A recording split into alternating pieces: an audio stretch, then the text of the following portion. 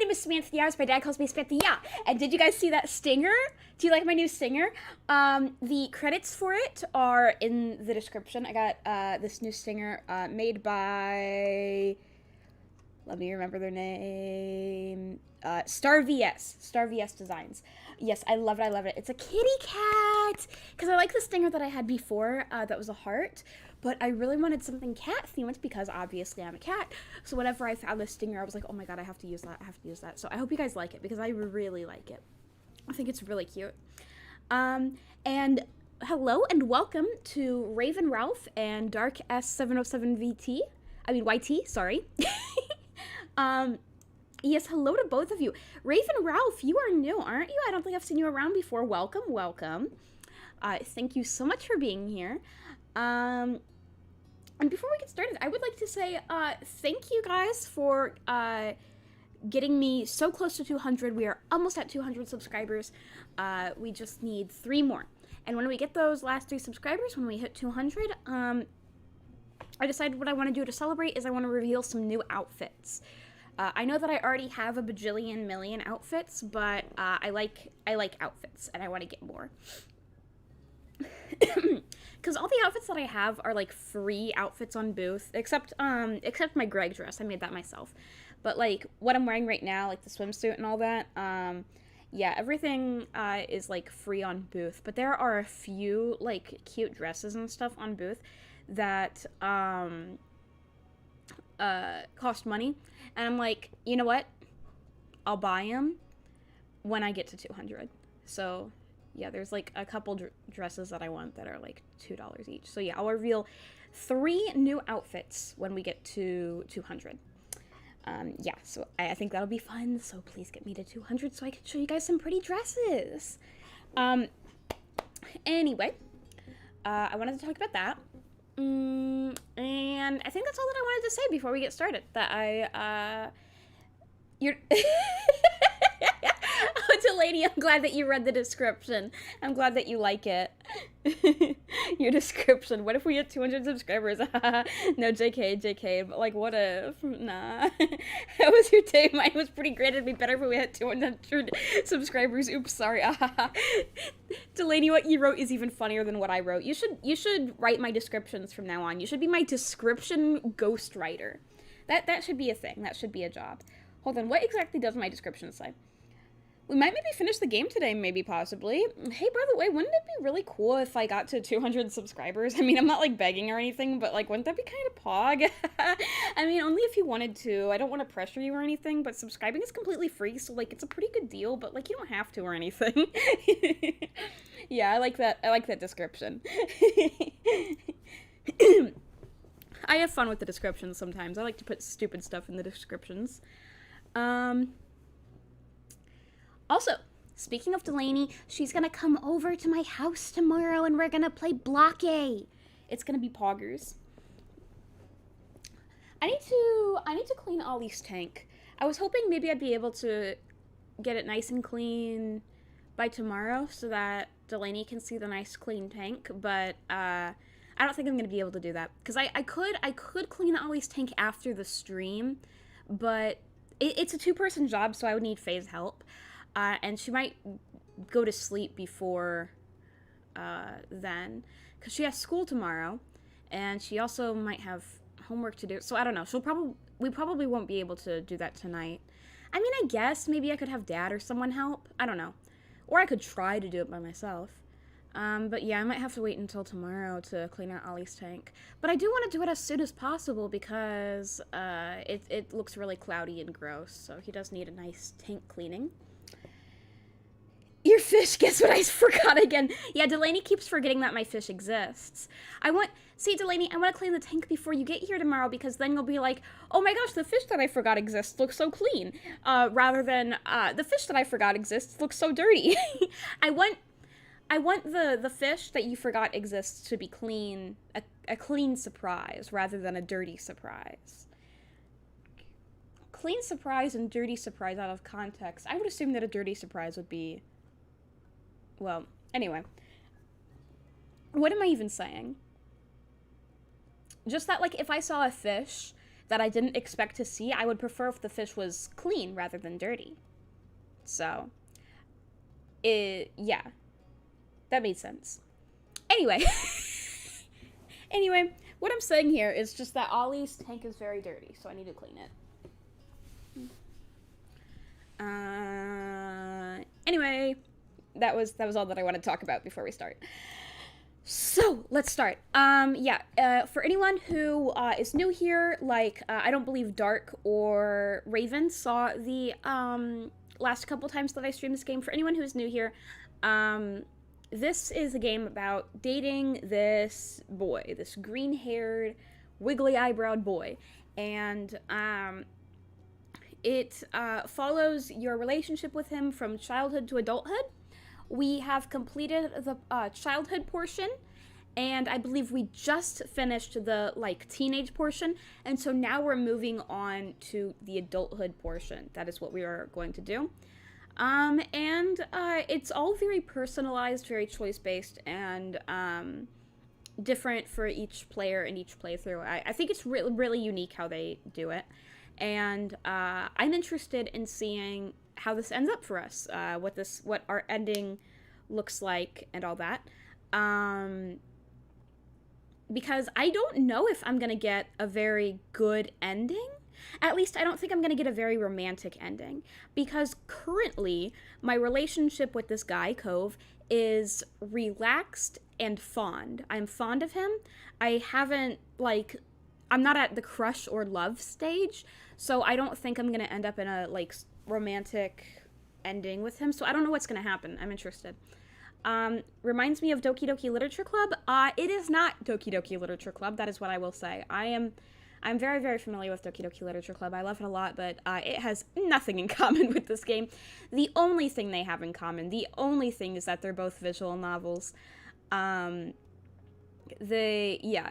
is definitely not psychological horror. This is not, it's the only similarity is that it's a visual novel. So yeah, it's not really like DDLC at all in any way. But I do love DDLC and I do love this game. I really like visual novels and games that let you pursue romantic interests and stuff. So, oh hi Athaya, yeah, what is up? Anyway, I'm gonna stop blabbering and start playing this game. So I believe okay. This is where we left off. We finished all of these moments. So we did everything in step 2, the teenage stage or whatever, except for all these DLCs, because I didn't buy any of the DLCs, so we don't have any of those. But so since we don't have any of the DLCs, there's nothing left for us to do except go and then summer ended, and move on to step 3, the final portion, which I believe we will be able to finish within this stream. I think we'll be able to finish it. Move on to the next step. Are you sure? Yes. There was no denying it. Today was the very last day of summer. Tomorrow you were heading to class. Let me move myself out of the way of the text box. I'm sure that you guys will appreciate that. I'm so very extremely biased, but romance is overrated. A romantic ending does not matter. Become a demon overlord or die. Unfortunately, I don't believe this is like Seduce Me, in which you can become a demon overlord in one of the endings. But, I would like to... I would just like to clarify, whenever I said that I don't think I'm gonna get a good ending, I didn't mean that I'm opposed to getting a platonic ending. I just mean that probably the romantic ending is the more fleshed out and better one, and the one that the game wants you to pick. But I don't know. Maybe, I don't know. Yeah, I don't know how this is going to go. I'm perfectly fine with getting a platonic ending with Cove. I really don't mind. Because if I really wanted to get a romantic ending with him, I would have chosen Crush, right away, but I didn't do that. So yeah, I'm perfectly fine with getting a platonic ending. It's just that I hope that it'll be a good ending, I hope, it's not gonna leave me going oh, dang it, I totally should have pursued a romantic relationship. But whatever. Okay, it's the last day of summer. You were excited to go back. Anxiety gnawed at your stomach. It was a bummer. Your feelings were muddled. Definitely a bummer. I am glad that I'm not in school anymore. It is a relief to not be in school anymore. It'd be so funny if there was a bad ending. Like, yes, this is a slice of life game where you grow up with your childhood friend, ends with some supernatural freak accident. Actually, I believe that I looked up some information about this game, and there are no truly bad endings. This is a very, like, lighthearted, casual game, so no, there's no, like, freak accidents or anything. I don't think there are any truly bad endings, but I guess I am interested in seeing what variation of good/neutral ending I get. It was a bummer. Summer had been so much fun. When you thought about going back to school, it was with a sense of loss. Soon you wouldn't be able to choose how your days were spent without the school bell telling you where to be and when. It was with a heavy heart that you chose your outfit for your final day of freedom. Oh, I thought it was going to actually let me choose an outfit. You know, say what you will about episode, but at least it lets you choose your outfits for every day. Life was going to be different. You had come to think of the summer vacation as the norm, but school sucked up the majority of the year, whereas the summer vacation was just a respite in the middle. So rather than it being different, it was kind of a return to the normal. What did your normal life really mean? You considered how fondly your moms talked about their summer vacations as kids. You dimly recognized that one year the pattern of school and summer itself would be over for good. It was hard to imagine. Yo, yeah, my pattern of school and summer itself was over for good. You'd gotten distracted, one arm still out of a sleeve. You'd pulled it through and put your mind back to the present. This season had brought about plenty of changes on its own, like Kyra's visit, though that too was coming to an end today. You were happy you'd finally gotten the chance to know her. You had become extremely fond of her. You didn't really like her. Your mind wasn't made up on how you felt about her. You didn't care one way or the other. Actually, I don't really know how I feel about her. I don't really think I know her that well. I expressed my feelings about this in the last time that we streamed the game, but I am still a bit confused about her because I don't understand why she and her husband divorced, and I don't understand Cove's feelings towards her. Because, like, why? She seems to get along really well with the dad, like, strangely well, and then she seems to care about Cove, so then why did she kick them out, and what is going on with the family? Like, why? Because she doesn't seem like a bad person, but then, like, if she's not a bad person, then why did she, like, completely abandon her husband and son?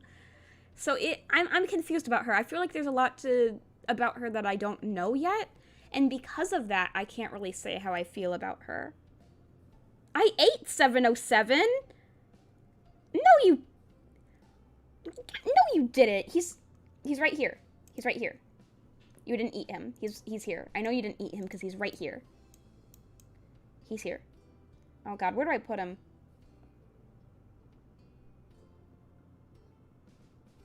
Okay, I'll put him here. He'll probably cover some of the text, but you know what? It doesn't really matter because I'll be reading it anyway. I'm gonna say my mind isn't made up because that's how I feel. Himai?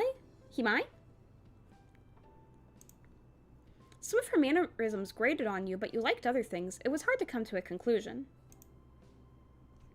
Maybe I should make 707 a bit taller. There we go. Now we're at equal height. Yeah, sorry that the text is covered, but you know what? It is what it is. That's my pillow. Give it back. No, it's not. It is not. Have you ever even played Mystic Messenger? I bet you're a fake Mystic Messenger fan. You're a fake gamer. You don't even play Mystic Messenger.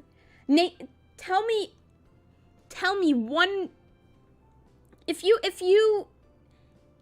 like 707 from Mystic Messenger, then tell me his brother's name. Tell me his brother's name. You finished dressing, which was good. Cove would be there any moment. You'd agreed to see his mom off together. Oh, yeah, because the mom's leaving. Officially, the plan was that he would come over to bring you round to his house when she was ready to set off, but you both knew that you'd be hanging out for at least a while beforehand. Leaving the room, yeah! Get out! No, I'm just kidding. But But yeah, you're a fake Mystic Messenger fan. No one loves 707 as much as I do. Although maybe Candy would disagree with me on that. No, I think I love 707 more. Kyra's visit had troubled Cove when it first happened. It had been a sudden change, thanks to Mr. Holden's infamous tendency to surprise people, but once he was able to adjust, he'd been in pretty good spirits with her around. It was a relief for everyone. You know, I might just go back and, like, go to the one part in the game where I was able to ask why they got the divorce, because I really want to know. You turned to your desk where the box containing your accessories resided. What? Oh! The anklets! The anklets! Okay, yeah, for anyone who doesn't remember, last time I played this, I asked Cove if there are any, like, specific accessories or articles of clothing that he likes on other people, and he said that he likes anklets. So I was like, I gotta get me some anklets. And so my options here are: you'd gone out and bought an anklet, you'd gone out and bought several anklets, accessories reminded you of the anklet conversation, you still didn't have any yourself. I totally went out and bought several anklets. I got multiple anklets because Cove. Yes, the anklets. Lots and lots of anklets. I will wear anklets constantly now. I actually never wear anklets, but I totally would for Cove. I totally would. Your eyes boarded to the box. Should you wear any for Cove's visit today? Yes! Definitely yes. Yes, queen. You put one ankle bracelet on. You decided to wear several anklets. You didn't wear one. What? I don't want to wear several. That would look weird. Like, if a person had, like, a full leg of anklets. I think it looks kind of cool whenever people have, like, multiple bracelets on. But anklets? I don't know. I think one is enough. Yeah, you put one ankle bracelet on. As you threaded the hoop through the clasp, you had to wonder if Cove would spot what you'd done and how he'd react if he did. A cheeky grin grew on your face. So he doesn't yet know that I bought anklets for him? Long story short, I need $1 million. Why? Are you gonna buy 707 body pillows with them? The next thought that crossed your mind was what? Don't we all? Yeah, true. It would only be polite to get the door for Cove. You went downstairs to wait. You couldn't wait to see Cove, so you went downstairs to meet him when he arrived. Cove knew your house well enough. You could lounge in your room to wait for him. I want to go downstairs and meet him when he comes. You bounded down the stairs, your hand gliding over the rail. You wanted to make sure you got there first. If you didn't hurry, your moms might answer it. It was only a few minutes later when the doorbell rang. As you'd chosen to stand beside it to wait for Cove, there was no delay in pulling it open. Cove was there just as you'd expected. Look at my ankle, Cove. Seeing you, he flashed a bright grin. Oh, look at his cute smile. I like Cove. Hi, Samantha. Hi, Cove. Come on in. Once he'd stepped inside, you beckoned for him to follow you upstairs. Back up in your room, you sat down on your bed and waited for Cove to settle in as you knew he would. No, I will, but every single 707 pillows. Okay. I would like you guys to know that I have a 707 Dakimakura in the human realm, off-stream as well as on-stream, and it would cost like $70. So these are pretty expensive. Okay. With other guests, you might have offered them a seat, but you and Cove were long past those tentative stages of friendship. Your room was as familiar to him as his own. You watched as Cove sat down in your desk chair, his preferred spot. He rolled it closer to the bed to make it easier to chat, tweaking the angle so he was facing you fully. Once happy with the position, he leaned in towards you, hands held in his lap. His actions weren't the ones of someone who planned on moving from his spot anytime soon, even though you had an appointment to keep together that day. When is your mom leaving? We've got some time. She's still got a shower and stuff before she goes. She didn't want me to keep just hanging around while she was doing that.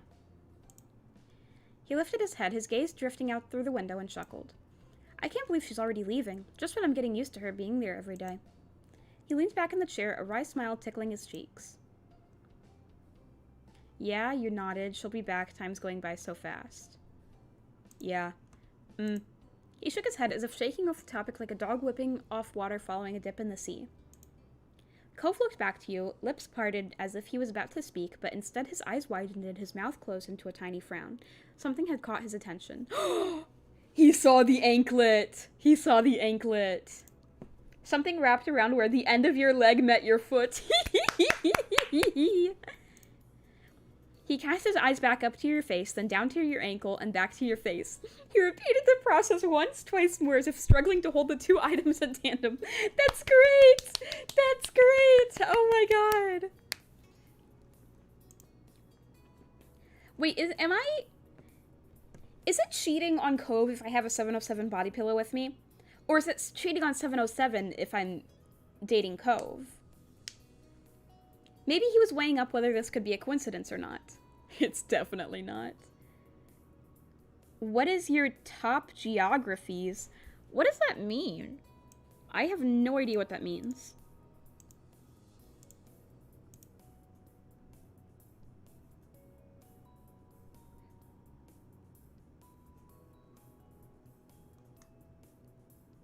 Does that mean... Okay, you're talking about, like...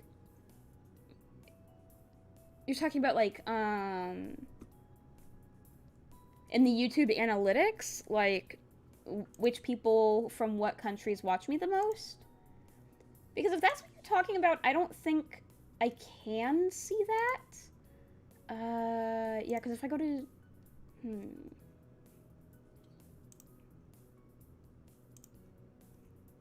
Audience... Oh! Ooh! Okay. Alright, guys. Okay, yeah.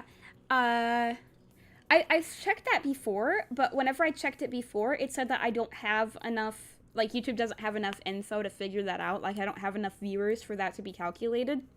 But I just went back and checked because you said something, and it looks like I actually can see it now. Now I can! Wow! Okay.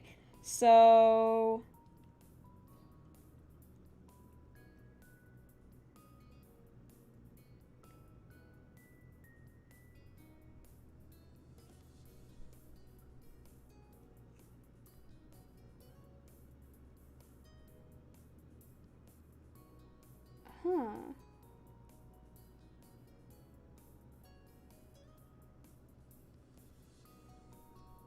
Okay. So let me check this out.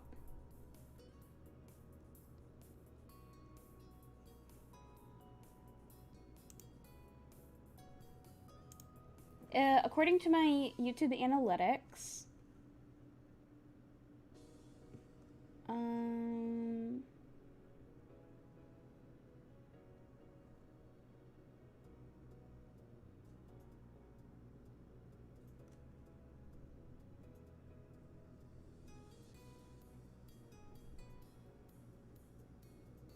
okay.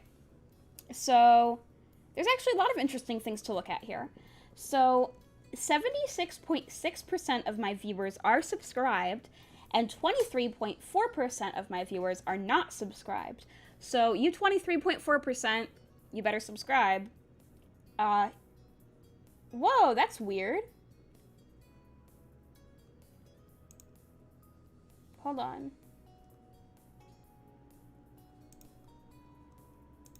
Last 28 days.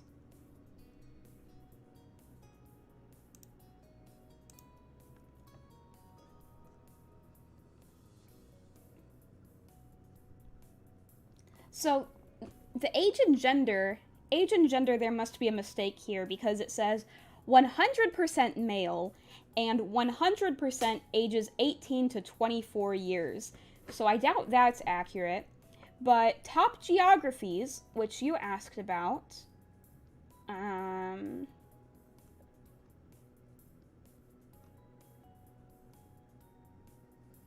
top geographies, which you asked about, is 47.2% United States, 2.4% Vietnam. That's interesting. I didn't know anyone was watching from Vietnam. 1.1% Philippines. 0.8% Nigeria. Who's watching from Nigeria? Yeah, that's what it says. Vietnam, Philippines, and Nigeria. I didn't know anyone was watching from there. Well, actually, I do know like 1 or 2 people from the Philippines who watch. But I don't know anyone from Vietnam or Nigeria. That's interesting. But then 47.2% United States. That's to be expected. I'm not surprised about that. I assumed that a large portion of my viewers were American. So yeah, 47.2% United States, 2.4% Vietnam, 1.1% Philippines, and 0.8% Nigeria. That is very interesting. Cool.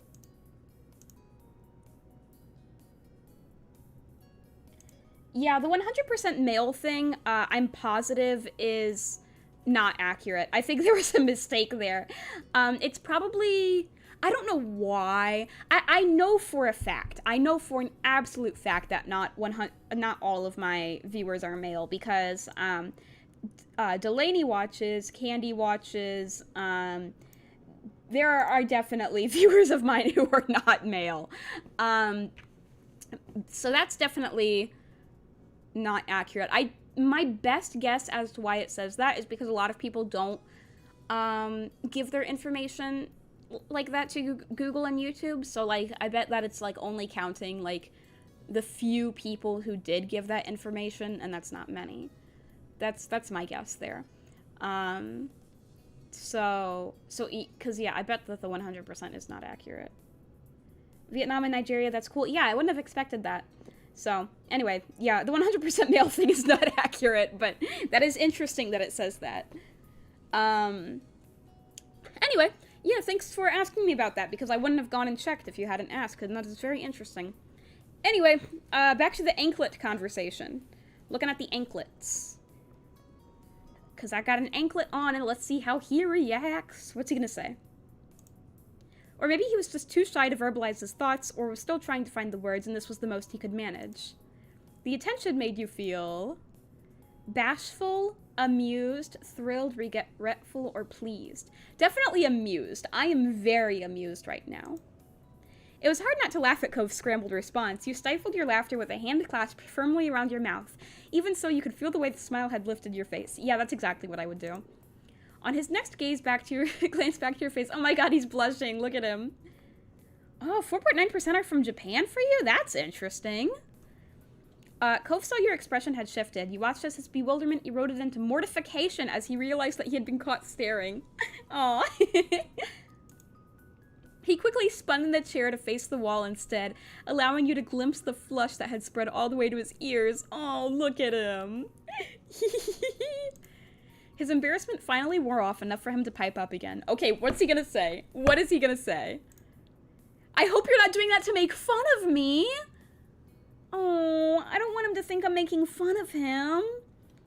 Oh, did I make him feel bad? I didn't want to make him feel bad. No. No, that's not... Oh. I thought he'd like it. I didn't want to make him upset. What do you mean, sorry, it's not about you? You kept your mouth shut. None of these sound like good responses.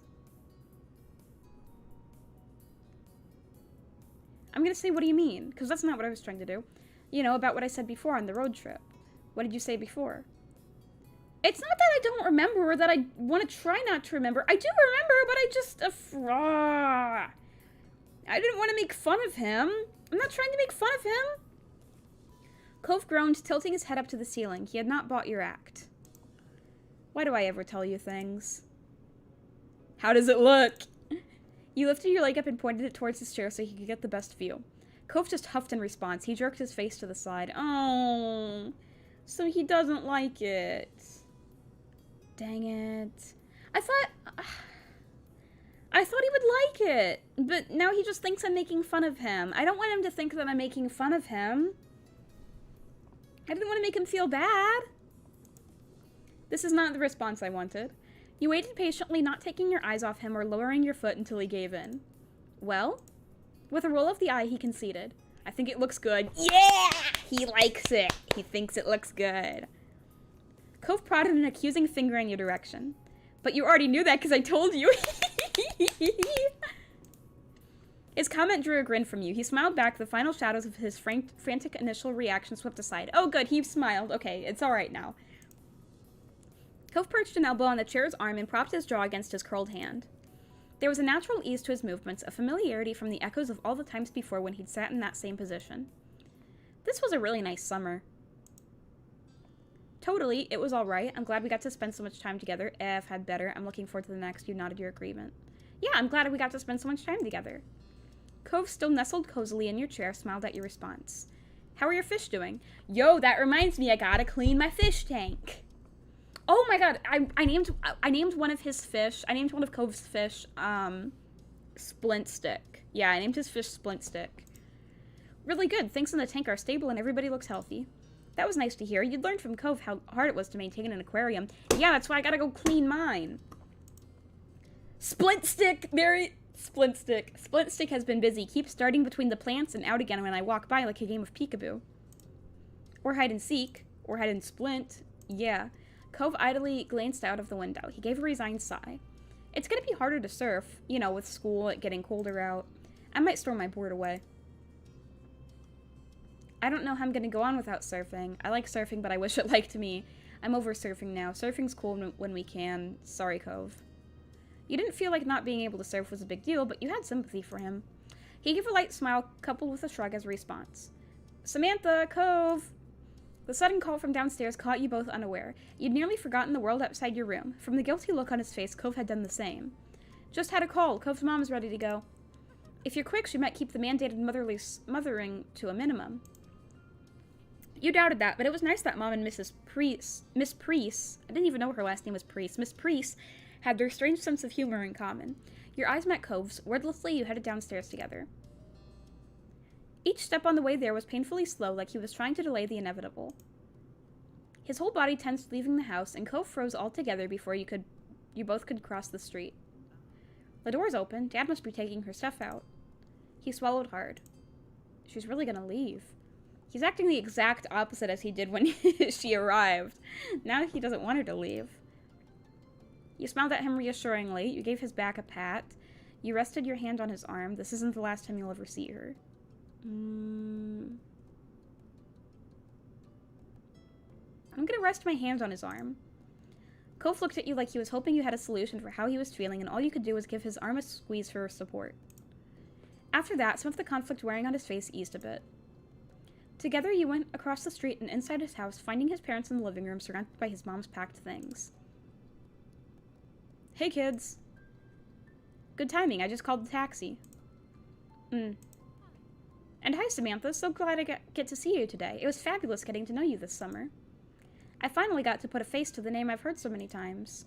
She winked and Cove pouted on cue over the teasing. I'm really happy I got to meet you too. I hope you had a good time visiting. Bye. You didn't say anything in response. I hope you had a good time visiting. I really did, thank you. Nodding, Kyra turned her attention back to the boys. She patted Cliff on the arm with a warm smile, and then she enveloped Cove in a crushing hug. Initially, Cove squirmed to break free from her grip, but his mom was unfazed and kept him locked in place. Heartbeats later, he gave in and hugged her back tightly. And I'm so happy this trip was a success. Cliff looked like he was bursting with pride. And then Cove stiffened. Kyra loosened her hold on him enough to study his face, concerned. She spoke her next words in a whisper that had been meant just for her son. Do you want to unshelve it? What does that mean? Raising an eyebrow, Cliff watched them carefully. His smile began to falter. What's wrong? Cove sighed and his gaze flickered over to you for a moment, and then just as quick it was back on his parents. It's alright. Huh? Are you sure? What are they talking about? What are they talking about? I don't want to do it now. I can tell Dad later. Huh? What's going on? Nervously, you watched the exchange with the growing suspicion that Cove didn't want to have that conversation while you were there. Yeah, well, I want to know what the conversation is. You wondered if you should offer to leave when Kyra gave Cove a pat on the head. You can always call me if you want to be part of the if you want me to be part of the conversation, okay? Huh? What conversation? What are they talking about? I'll call. Thanks, Mom. Cliff still looked baffled about what Kyra and Cove were referring to, but you watched as his shoulders slowly relaxed. You figured that he decided to wait for Cove to be ready to talk to him. And with Cliff's silence, things seemed to be settled for now. After that, it wasn't long before the taxi arrived, rolling up in front of the house and in clear view of the open door. Kyra stood up, smiling sadly. Well, that's my ride. I hope I can find out what the heck they were talking about. Yeah. The matching reply got a chuckle out of Kyra as you all filed out of the house. Father and son went with Kyra's bags in hand. Once outside, you spotted your family waiting by the street, and to your surprise, Derek was also with them. He stood uncomfortably, and he waved as soon as you noticed him. Hi, Samantha. Hi, Cove. Yeah, we barely got to see Derek. We saw him for like 2 scenes. When did you get here? My dad dropped me off just a little bit ago. Thought I could visit one more time before school started. You picked a busy time. Sorry. Derek couldn't even look at Cove. He nervously kept rolling a pebble with the bottom of his shoe. I wasn't even thinking that your mom would be leaving today. I'm sorry, dude. What? You're not interrupting anything. You're always welcome here. It would have been sad if I didn't get to say goodbye before leaving. Derek came to hang out often, so it was inevitable that the two had met at some point this season. I think so, too. It was apparent Derek would have preferred to have gotten there at a more opportune moment. He never liked seeming impolite, but the reassuring words soothed his worries. The tension he was holding in his body lessened, and he looked like he was feeling much more like himself. Bye, Derek. It was fun getting to know you. Bye, ma'am. Is there anything I can do to help? Nah, don't worry yourself over that. We're just about set. In that short amount of time, Cliff had gathered and packed the bags into the trunk. Kyra took one last look at everyone inside. Alright, I don't want to keep the driver waiting. It's time to head out. I am head out. The little crowd that had formed around started their chorus of farewells and well wishes traveling, but Kyra still made no move to get into the taxi. She placed her attention on Cove. I'll call when I get to the airport and when I make it to Nevada. Also, you better call the moment you walk in the door at home. Otherwise, we'll be wondering all night if you got into trouble on the way there. I can do that. And could you call tomorrow, too, so I can tell you how school went? Of course, I want to hear all about it. Kyra put a hand on Cove's head and affectionately ruffled his hair one last time. She then let go, only to move on to squeezing his cheeks in her hands instead. Mom! I love you so much, baby. She was chuckling by the time she freed him and rounded things off with a small tap to the tip of his nose. Cove rubbed at his face with a grin. Finally, she walked to the car while waving and took her seat in the taxi. Cliff hooked an arm around Cove's shoulder and kept him close as it began to pull away. For a moment, Cove looked up at his dad and then wrapped one arm across his back. Bye, Mom. Bye, travel safe. Kyra rolled down the window and stuck her head out of it. She waved again while blowing kisses at Cove and Cliff. See you again. Before she was out of sight, you decided to call out with your family and hers, wave goodbye, watch quietly. Call out with your family and hers. As you added your voice to the others, you watched Kyra's smile grow larger. The cab turned down another road and completely disappeared from view. Cove let go of his dad and took a few steps out into the empty street, still looking in the direction his mom went. He smiled quietly, deep in thought. You got the impression Cove was feeling better than he was earlier. He was finally content with the way things were. You jumped a bit when your mom put a hand on your shoulder, pulling you away from your thoughts. She smiled when you looked at her. This was a great vacation, huh? Yeah, I don't think so. You nodded in agreement, you shrugged. I don't know. Summer isn't over until the second I fall asleep. You nodded in agreement.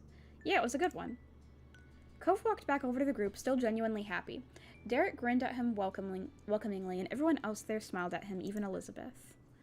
Well, Ma clapped her hands together, bringing everyone's attention back to the present. It's almost lunchtime. I think I'll put something special together. Her eyes sparkled with a plan, and Mom smiled. I bet you could use some help with that. That'd be absolutely wonderful. Derek glanced between the two, his eyebrows furrowed. Is there something I could do? Your mom's exchanged a fond expression. Ma shook her head. That's very sweet, Derek, but it's all right. It's not your job. Technically, your dad left you under Cliff's watch. You're meant to be taken care of by him, not doing chores for the neighbors. Mom laughed a little over her own joke. You watched Derek look away, discouraged. It's okay, I don't mind. He was a little bashful about it. You wondered if Mom's joke had just reminded him that he wasn't initially meant to be invited to lunch. It was getting a little awkward. Mom grinned sympathetically. Her comment was meant to lighten the mood, not bring it back down. Ma tried again to get things moving forward. Why don't you kids go have fun? You all can come back in about an hour. We'll make enough for everyone. Mom nodded in agreement. Another stunning idea, Lonnie. Thanks. Yeah, thank you. That sounds like a plan, then. I don't want to cramp your style. I've got some stuff to work on, so I can be out of your hair this afternoon. You should come by later, too. No reason you should be the odd man out. Mom seemed amused as Cliff rubbed his neck nervously. He grinned a wavering but pleased smile. I appreciate the invite.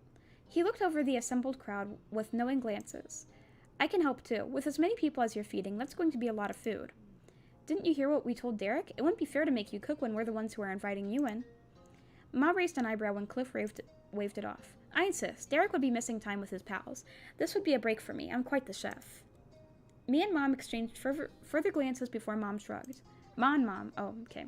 An airtight argument. If you're sure, we'll be happy to have you, Chef Cliff. Cliff's grin widened and seemed more hyped than you would expect him to be about helping with lunch. Cove shook his head, a fond smile on his face. Then all us grown-up people will be heading inside. I assume the rest of you kiddos are staying out? Maybe not all of them. Ma tilted her head, a silent question for Elizabeth. Your sister thought for a moment. I'll stay with the kids. Oh, nice. She's going to hang out with us. That's great. Both your moms smiled at her, while Derek and Cove didn't seem to appreciate her phrasing. But with the plan decided, all three parents waved and headed for your house. It was just you teenagers now. Elizabeth looked at you and the others, a curious expression on her face. So, what now? You silently wondered if Elizabeth only stayed out with you to avoid getting roped into work. Pfft, yeah, maybe. Then again, she could just genuinely want to hang out. You couldn't tell with your sister. Cove spoke up after no one else did to answer Elizabeth's question. Want to go down to the shopping street? It's been a while, and I don't think there's a lot of other things we could agree on. Yeah, sure. Sounds awesome to me. Unlike you guys, I haven't been there in 1,001 times. It's new to me. Let's do it, okay? If you guys really want to, there's nothing else to do. Okay. You strolled across the road as a group down to the beach and then to the left. It took less than 15 minutes to arrive, one of the conveniences of Sunset Bird. The four of you looked around at the familiar shops, trying to see if anything caught your attention this time. Derek was the most enthusiastic. He checked out every stall with his eyes wide with wonder. Elizabeth and Cove were in good spirits as well. That's so cool. He ran over to a street magician who was currently doing a card trick for a group of enchanted tourists. Derek clapped when the magician showed a middle-aged man his card. Derek turned back to the group with a curious gleam on his face. What does it take to perform here anyway? Do you have to ask somebody, or do you just show up and start doing stuff? Who would you even ask? It's a public street. Hey, Miss Mayor, can I pull a rabbit out of my hat? Please, Flopsy is well behaved, I promise. Derek chuckled, his eyes searching up and down the scene. Maybe there's a boss of the shopping street. No one does any of this around my neighborhood. It's just regular stores behind walls. It's different if someone wants a real store, but here I'm pretty sure people are just putting on their little shows whenever they want and do whatever. That's so neat. Would we be allowed to do something too? And Cove laughed, and Derek almost began almost vibrating with excitement. Elizabeth rolled her eyes. What would we do? Well, I don't know what. Not yet. I mean, I just found out it's a possibility, you know? But there's gotta be something. We know cool stuff.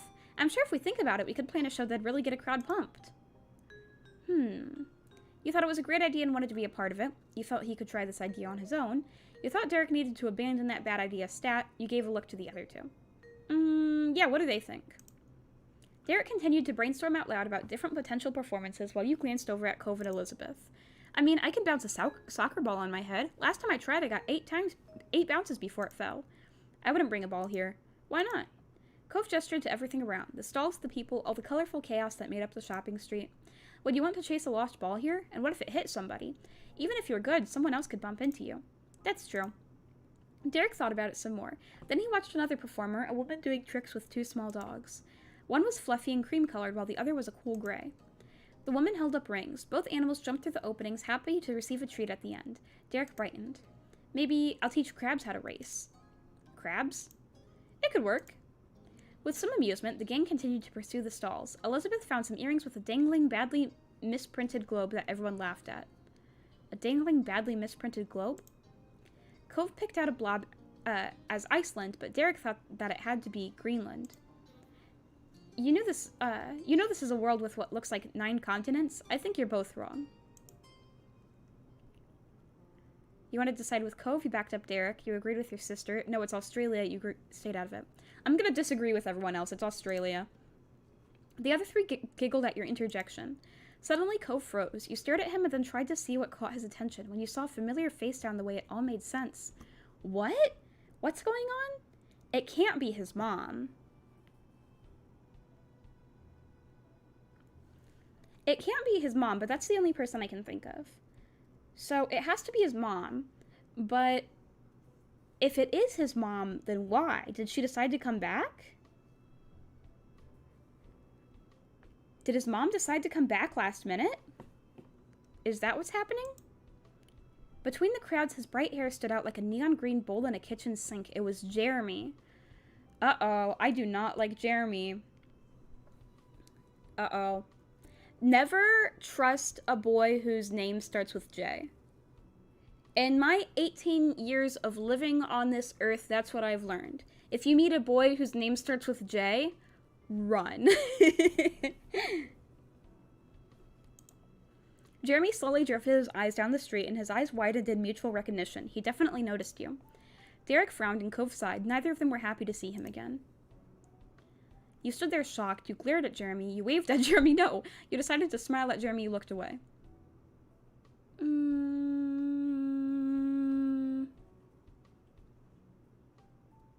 Let's just ignore him. I think we should just ignore him.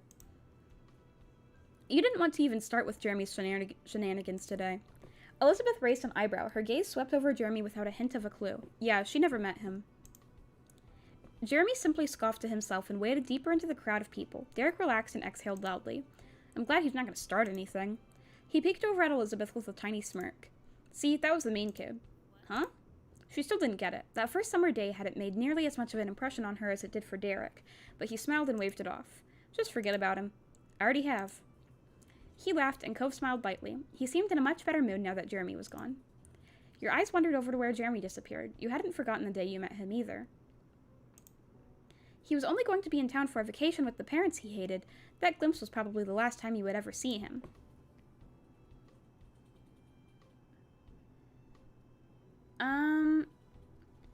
Yeah, see, they're acting like he's a really important character, but he's probably never going to come up again, is he? Jeremy's probably gone for good now. It's time for him to go back to wherever he's from. Yeah, I guess we won't have to worry about that guy anymore. Derek kicked out a little rock in the road. It clattered forward and then rolled under a stall. But I still think it's kind of sad Jeremy turned out to be, well, like he is. It would have been nice to make another friend. Cove shook his head. He was clearly not broken up over what might have been. Good riddance. I think I might want to see him again sometime. Maybe he'll become nicer in the future. I'm happy it's over. You stayed quiet. I'm going to say good riddance. Elizabeth rolled her eyes at the strange farewell to the odd boy, not interested in the slightest. She clearly didn't understand his impact, and at this point she didn't want to understand. You couldn't help but wonder, though, what would have happened if you would have interacted with Jeremy more. Okay, now I see what's going on. This is the game's way of telling me that I could have become friends with Jeremy. Yeah, this is the game's way of telling me that that I could have explored that more. But I don't know how. Like, if I was nice to him, would he have been friends with me? Is that something you can do? You were glad that you wouldn't find out. Jeremy was unlike anyone you had ever met before. You thought he was horrible. You thought he was weird. You thought he was stupid. You thought he was kind of pitiful. You thought he was kind of okay. You didn't know what to think about him. He's horrible. You and the group moved on from the stall and from Jeremy. It didn't take long for everyone to return to the joking. You all enjoyed what little time you had left, as Elizabeth mentioned the hour was almost up.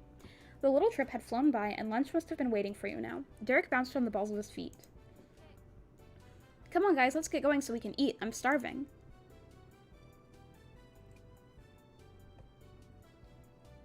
I've had enough walking around. Definitely sounds like something I would say. I told you guys this before, but when I went to Disney World, oh my god, there was way too much walking. Cove stretched one of his arms lazily. Let's go then. You looked at him appraisingly. You asked Cove to carry you back to the house? I'm gonna say that. Like, jokingly and dramatically, not actually expecting him to do it. I hope he, like, blushes when I say that. Hey, Cove? Yeah? Could you carry me back home? I hope he blushes. What? Cove's smile said he was amused, while the tilt of his eyebrow was full of disbelief. You explained you wanted a piggyback ride. You didn't want to walk back. You told him it was a special occasion, you decided to let it go. Dead chat? I am epic, the chat is always dead. I don't have that many viewers. If you want the chat not to be dead, get me more viewers. Give me them viewers. Go convince all your friends and parents and your friends' parents to watch me and get me to 200 subscribers. If you're that concerned about dead chat.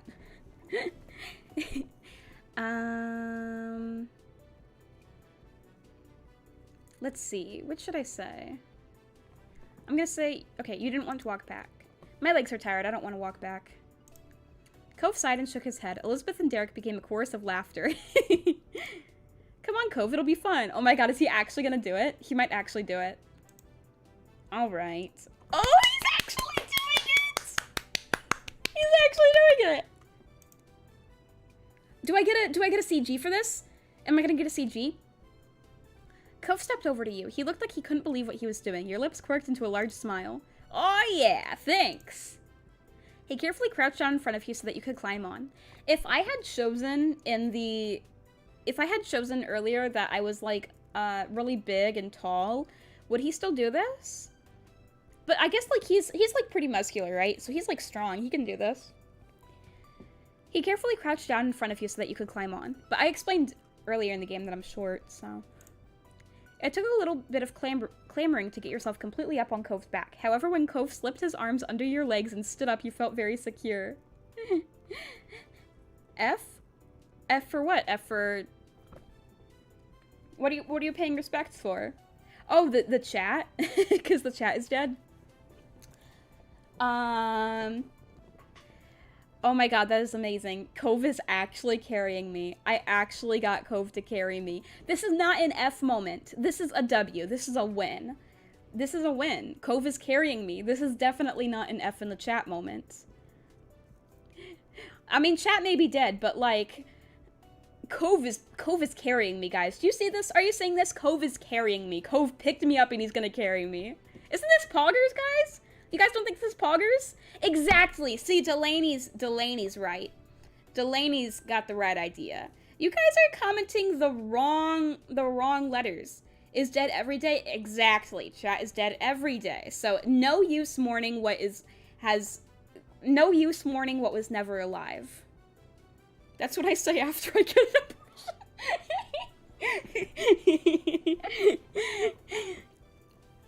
an Elizabeth watched with a smirk on her face while Derek laughed even harder. It was fair to say that your antics were entertaining. You are glad Cove went with it.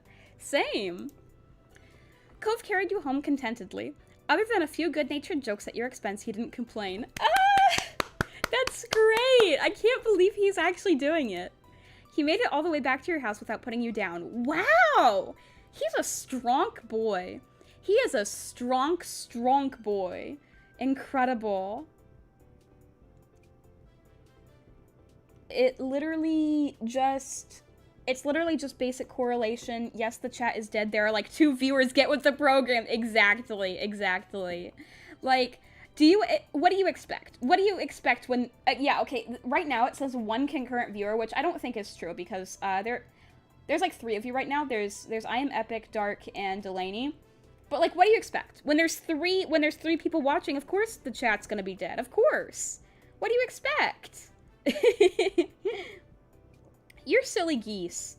You are all silly geese. Do you know that? You guys are silly geese. Silly gooses. You're silly. It was a pleasant walk home, and in no time you had made it back. Derek got to the front door and held it open for everyone as you each moseyed inside. The 3 parents were still in the kitchen. They looked up and waved. Welcome back, everyone. You made it just in time. I hope you're hungry. When Cove had brought you inside, the parents couldn't help but notice the odd conveyance. Your moms were unsure, and Mr. Holden raised an eyebrow. Did you pull something, Samantha? I'm okay. Aw, Cove, you've gotten so strong. And reliable, too. What a guy.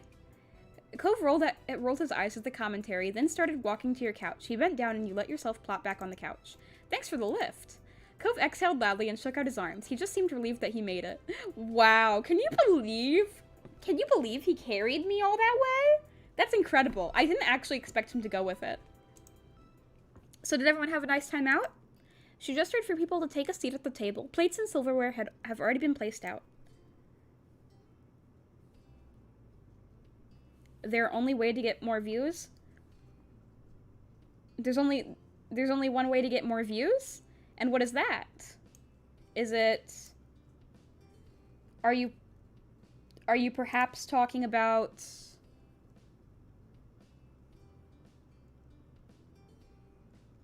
Perhaps, maybe you are talking about...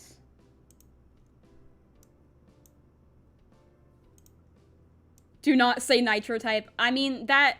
Yeah, that is true. Nitro type is how I get views. But the other way that you may be referring to...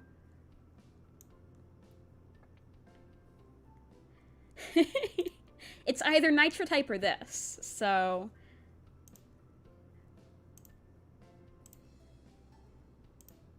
Clickbait title? Oh, clickbait title. Okay, I am Epic and Delaney and Dark. What are your ideas for a clickbait title? What should I... Because I can change the name of the stream while I'm streaming, so what should I change it to? What would be a good clickbait title for this stream? What do you guys recommend? How do I get them views? Tell me how to get those views.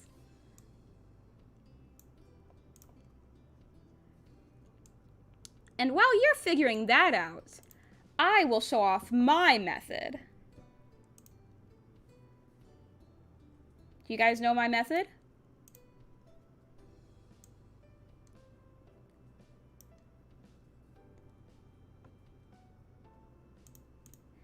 Did you not see we are in a gas station, real, not fake? That's the pinnacle of clickbaiting. Yeah, exactly. Delaney's right. I had a stream called We Are in a Gas Station, Real, Not Fake, and that was definitely clickbait. So, I mean, yeah, this is how you get viewers, by showing off your panties. You were like, there's only one way to get viewers, and I'm like, it's the Hello Kitty panties. You gotta show that Hello Kitty panties. That's how you get the views. I was half expecting Girl Boss Baby. Believe it or not, Girl Boss Baby doesn't get a ton of views. The only person who really likes Girl Boss Baby is Candy. But, yeah, so you get views. The number one way you get views is Nitro Type. Number 2 is Hello Kitty panties. And number 3 is, clickbait titles. So, yeah, those are the 3 ways that you get views. Yo, I didn't even realize, like, 707 looks kind of weird here. What's he doing? What is he doing? It's My Little Pony. What's My Little Pony? It's clearly Hello Kitty here. He's censoring it. He's censoring the Hello Kitty. Click on the stream to see Samantha Meow's panties. That's what I should change it to. Samantha... VTuber shows her panties, not clickbait. That's what I should change it to. VTuber shows her panties, not clickbait. I love the distorted Greg, same.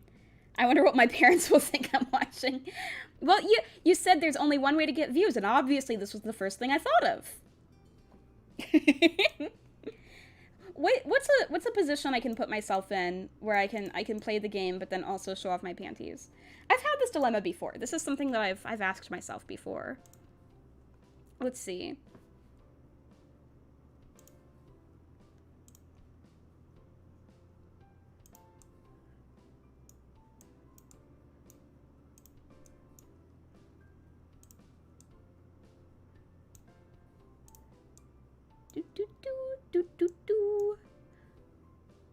Okay, there's gotta be some way that I can sit to show off my panties. There are more ways to get views? Okay, then what are your ideas? What are your ideas? If you guys care so much about the chat being dead, you care enough to press F to pay respects, then what are your ideas? Give me your ideas. What are your brilliant ideas? Come on, give me your ideas. Give them to me. Put those ideas in a little jar and throw it at my head. Give me them ideas. Right now. Oh, this is a nice pose.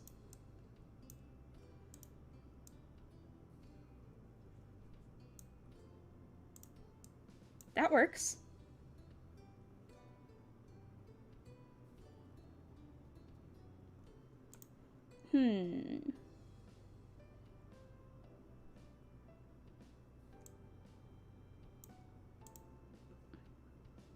I have no ideas at the moment. See, that's why my idea is the superior one, because it's the only one that we have. So if you guys can't give me any more ideas, then this is what we're going with.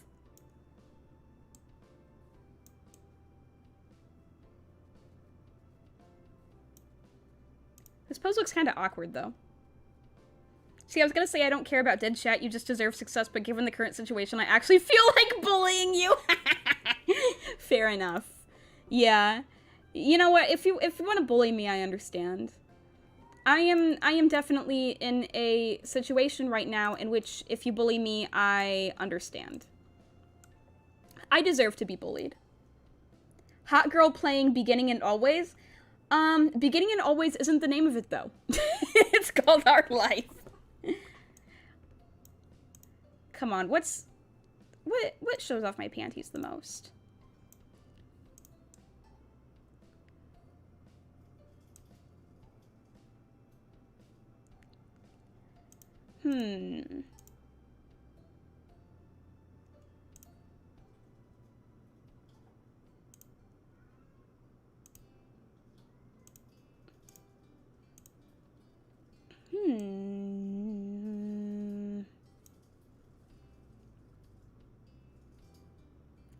Let's see. Maybe I could do this, but with a different skirt. Yeah, I'll do this with a different skirt. I need a shorter skirt. That's always the problem, that I don't have a shorter skirt.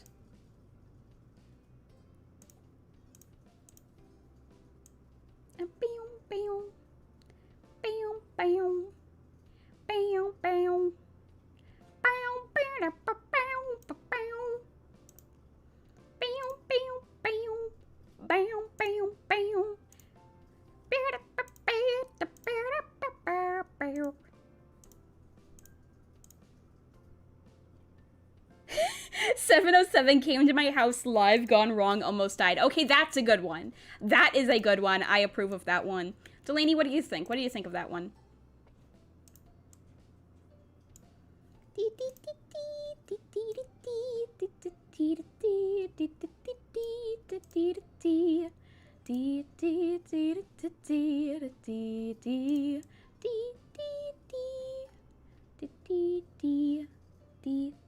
Good? Okay, that's what we're using then. That's what we're using. Oh, wait, this is a good pose.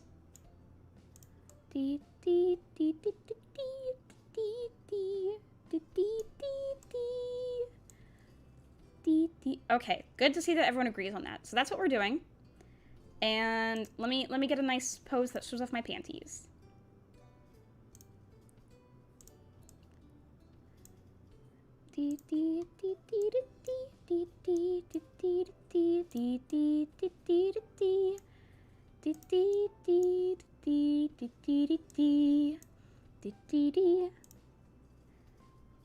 Bam.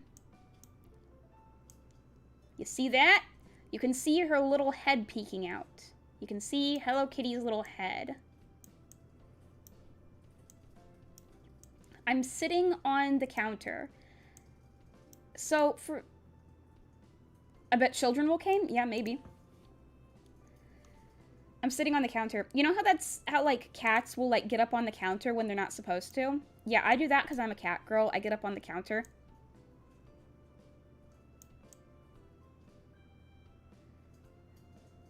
On the counter with my 707 body pillow. Gotta make sure that 707 doesn't cover up my panties. Okay, there you go. So you guys can see my panties. They're like, you can see Hello Kitty's little face peeking out, and I'm on the counter, and I have 707 with me. So this will definitely get me views. All I need to do is change the title. You know, I could also change the thumbnail. I could also change the thumbnail to be a clickbait thumbnail. Yeah, 707 came to my house, live gone wrong, almost died. Perfect, perfect, perfect, perfect. That's really good. That's really good. You're a genius. You guys think we should change the thumbnail? What should we change the thumbnail to? Yeah, boy, look at me sitting on the counter. Sitting on the counter and splinting on the counter. My husband and I are splinting on the counter. I've got Hello Kitty panties, and they're all over the counter. I got my Hello Kitty panties all over your counter. Yeah, your counter has panties on it now. What are you gonna do about it? There's nothing that you can do. You can't unsubscribe. You are stuck here forever in hell. You on the ground with blood? Oh my god, I should... That actually might be gory, though. I don't even know if you can put, like, blood in a thumbnail. I think there are, like, limitations to what you can put in a thumbnail, so I don't know if you can do that or not. I don't know. I know that there are limitations. Because, like, Faye put the F word in one of her thumbnails, and she got age restricted for that stream. I love Delaney's face right now. Can't wait to see Delaney tomorrow so that she can make that face in real life. Would you rather have me or a real cat on your counter? What do you prefer? Then put ketchup. That's a pretty good idea. You'd be surprised what people get away with in their thumbnails. That's true. That's true. I like to be careful, though. I like to be careful about things. You know, just in case. A real cat, obviously. No! But I'm a cute cat girl, nya. Nya. You know, I could edit a thumbnail right now, but I don't know. That's kind of a lot of work, and I kind of want to play the game. Should I actually make a thumbnail right now? I could.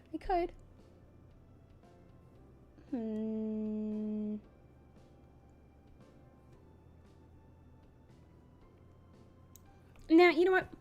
Making a thumbnail is too much work. I'm gonna...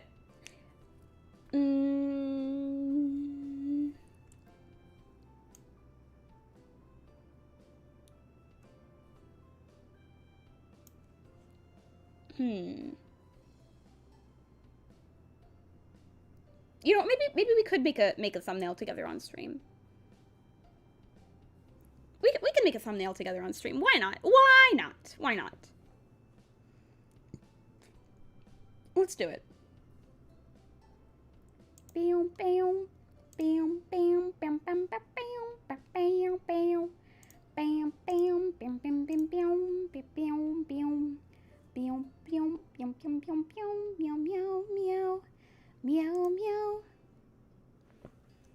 Hope I get paid for the title. Well, I don't make any money off these streams, so therefore you don't make any money off these streams. But if you would like me to make money off these streams, you can always support me at ko-fi.com/Samantha. Link in the description.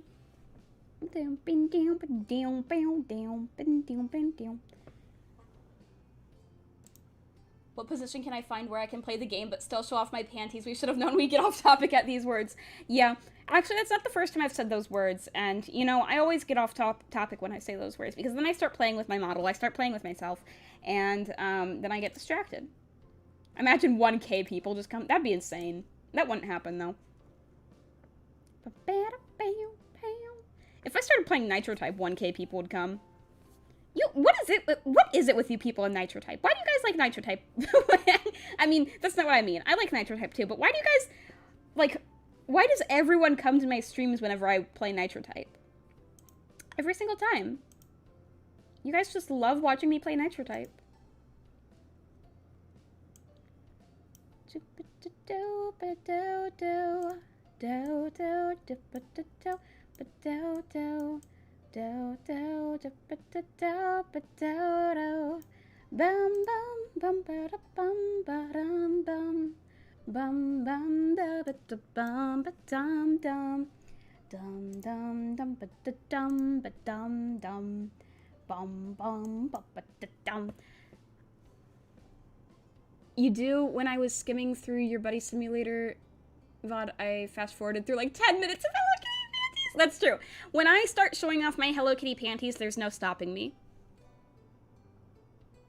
Yeah, I mean, I know that in general Nitro Type isn't a popular game, but my Nitro Type streams are really popular for some reason. This is dang rope blood, for the record. Yeah, I mean, like, my Nitro Type streams always do better than my other streams. It's just a known fact. It just is true.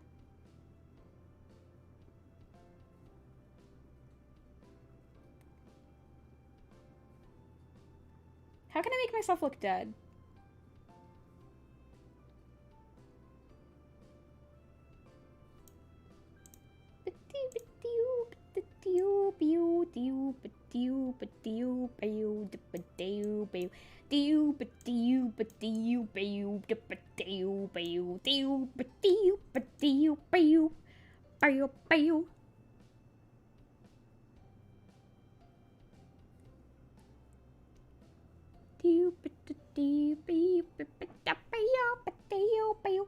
The pink, I don't like the pink background anymore. I changed my mind because it blends in. It's like, it blends in too much with my dress. If I'm gonna use this dress, then I can't use this background. But I need to have a bright background that, like, catches people's attention. Candy isn't watching this stream, so she's gonna, like, I don't know if she's, like, sleeping or whatever, but, like, she's gonna wake up and she's gonna be like, no, okay, I hate the yellow too. She's gonna wake up and she's gonna be like, what the heck did I miss? Why is it that okay, that looks bad too. You know, I'm just gonna have to find... Put red X on your eyes, you're a genius. You're a genius, Dark. That's a good idea. I need... Yeah, I'm gonna put 707 in the thumbnail, but I gotta find a good background. I need to find a good background. What if I look up free VTuber background? I'm looking up free VTuber background on Google.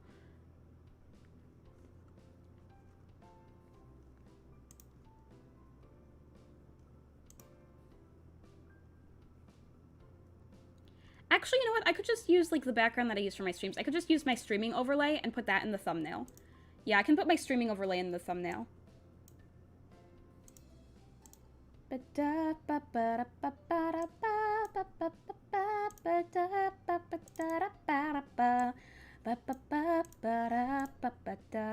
that looks good.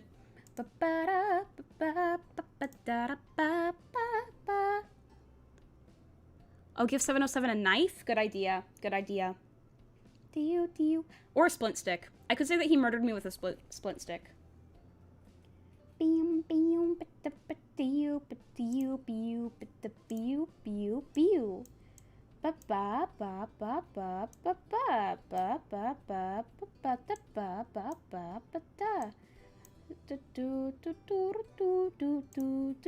Gotta make sure I'm drawing on the right layer.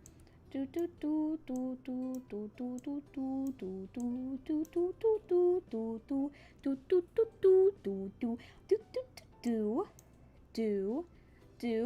you think I'm a cool VTuber? Do you think I'm good at what I do? Do. I am a cute cat girl VTuber. Everyone loves me. I'm like as cool as Hololive. Oh, you think I should do a black background? Let's see how that looks. Let's see how it looks.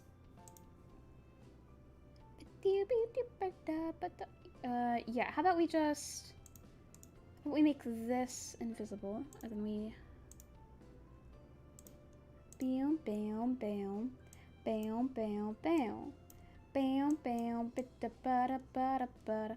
That looks really scary. That actually looks so scary. I'm actually afraid.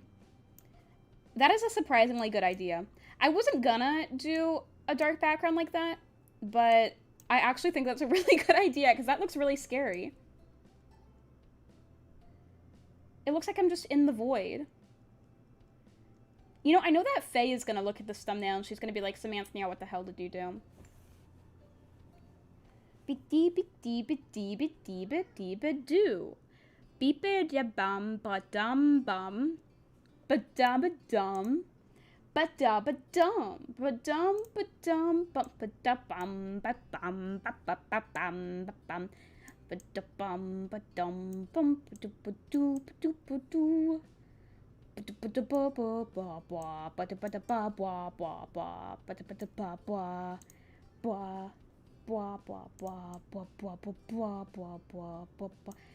ba, ba, ba, ba, ba, ba, ba, ba, ba. Ba ba ba ba ba ba ba ba ba ba ba ba ba ba ba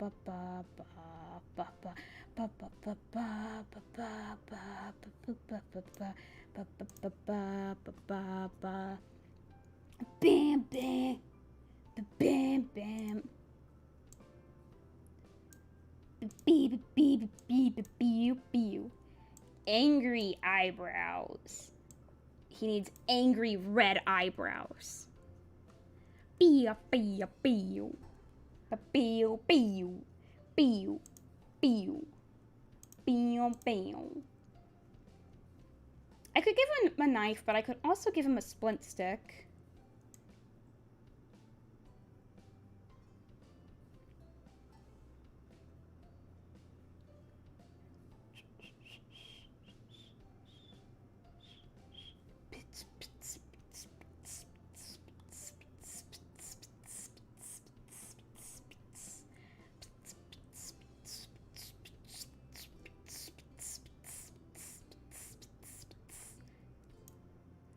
I'll give him a splint stick with blood on it, because I think that a splint stick is a better murder weapon than a knife. How many of you have murdered someone with a knife, and how many of you have murdered someone with a splint stick? Please tell me your experiences with both weapons and which worked for you better. Please tell me your experiences. I need to know for research purposes. I'll put it in this hand. It kind of looks like he's splinting.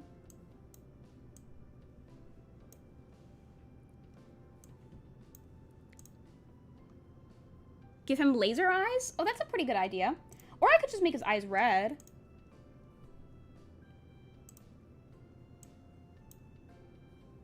Yeah, I'll give him laser eyes. You know what? I'll do both ideas. I'll make his eyes red. And then I'll make them like lasers. Yeah, that looks good. That doesn't look like a 2-year-old drew it. Bam bam ba ba down bam bam. Ba da ba da ba ba da ba ba ba ba da bam ba a bam bam ba dum ba da dum bam bam ba da ba da ba da ba ba ba da ba ba da ba bum. Bam bam bam bam bam bam bam bam bam bam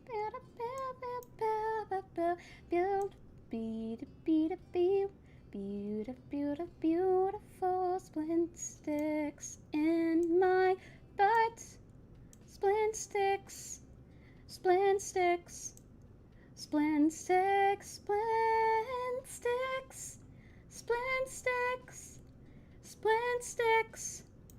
That's all the lyrics in this song. It's about splint sticks, splint sticks, splint sticks, splint sticks, splint sticks, splint sticks. Okay, I'll put blood on the splint stick. There's blood on my splint stick. It's because I had some unfortunate accidents with my splint stick. So there's like blood droplets coming off of it. And I'm so creative.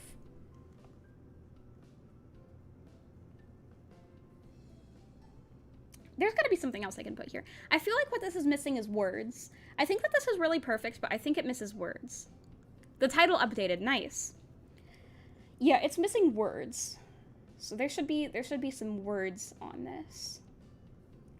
Like right here, I need to put like, oh, actually, you know what it also needs? It also needs, like, a circle Cause you know how like clickbait thumbnails, they'll have like a circle on something and then like an arrow pointing to it. But it's gotta be something that's really like stupid and doesn't matter, like my elbow. Whoops, that's not what I meant to do.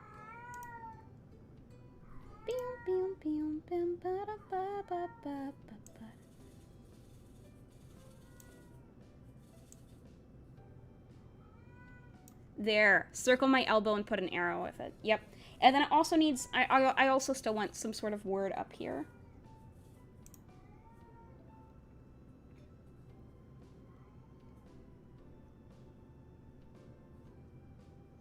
You guys know what it should say? OMG? That's a good... Cat in the background? Yeah, that's Tigger. She's loud and annoying. OMG is a really good suggestion. I'll probably put OMG.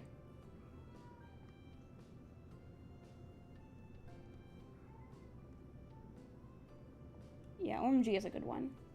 I'll probably do that.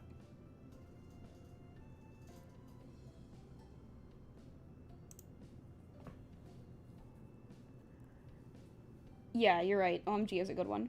I'm still looking at, like, because the program I'm using has, like, stickers that you can put on. I'm wondering if, like, I could use, like, I could see if, like, any of them say OMG, and then I could just use that.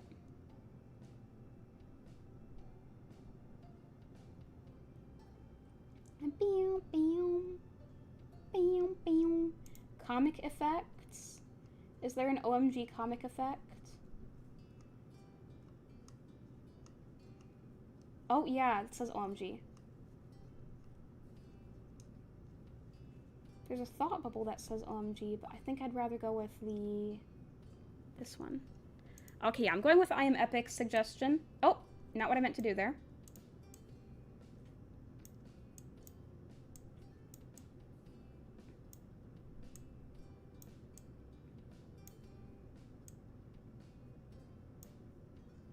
Perfect.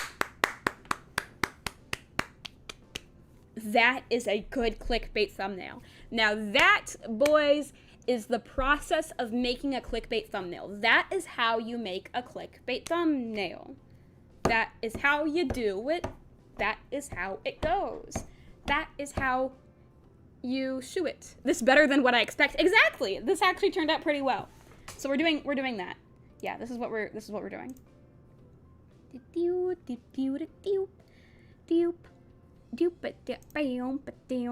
Yep, Dark thinks it's perfect.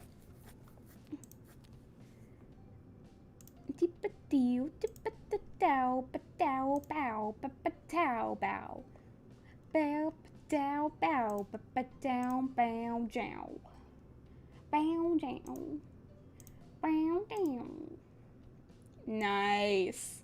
I'm actually so proud of how that looks. Okay, I'm clicking save. So now I think if you refresh, it will come up with the new thumbnail. Looks like a 5-year-old would make. Yeah, a very talented 5-year-old. Yeah, so if you refresh, it should come up. It might take a while, though. I don't know. Okay, now it says changes saved, so it'll probably come up if you refresh, probably. So yeah. There we go. New title, new thumbnail. Now everyone will come watch this. I think that's how that works. I think that if you have a good title and a good thumbnail and your panties showing, everyone will watch your stream. So now we can go back to playing this game because the chat is alive. I just revived the chat by showing off my panties and making a new thumbnail. So anyway, I'm amazing and wonderful, and yeah, all the views are gonna come flooding in now. Everyone's gonna see that, and they're gonna be like, PogChamp! I need to watch this live stream. So that's what's gonna happen. Nah, I made the chat alive. Nope, it was me. It was me with my great, my graphic design skills. Graphic design is my passion. I'm the one with the graphic design skills and the Hello Kitty panties. Answer me this. I am epic. Do you have Hello Kitty panties? Is Hello Kitty on your panties? Because if not, then I think I'm the winner here.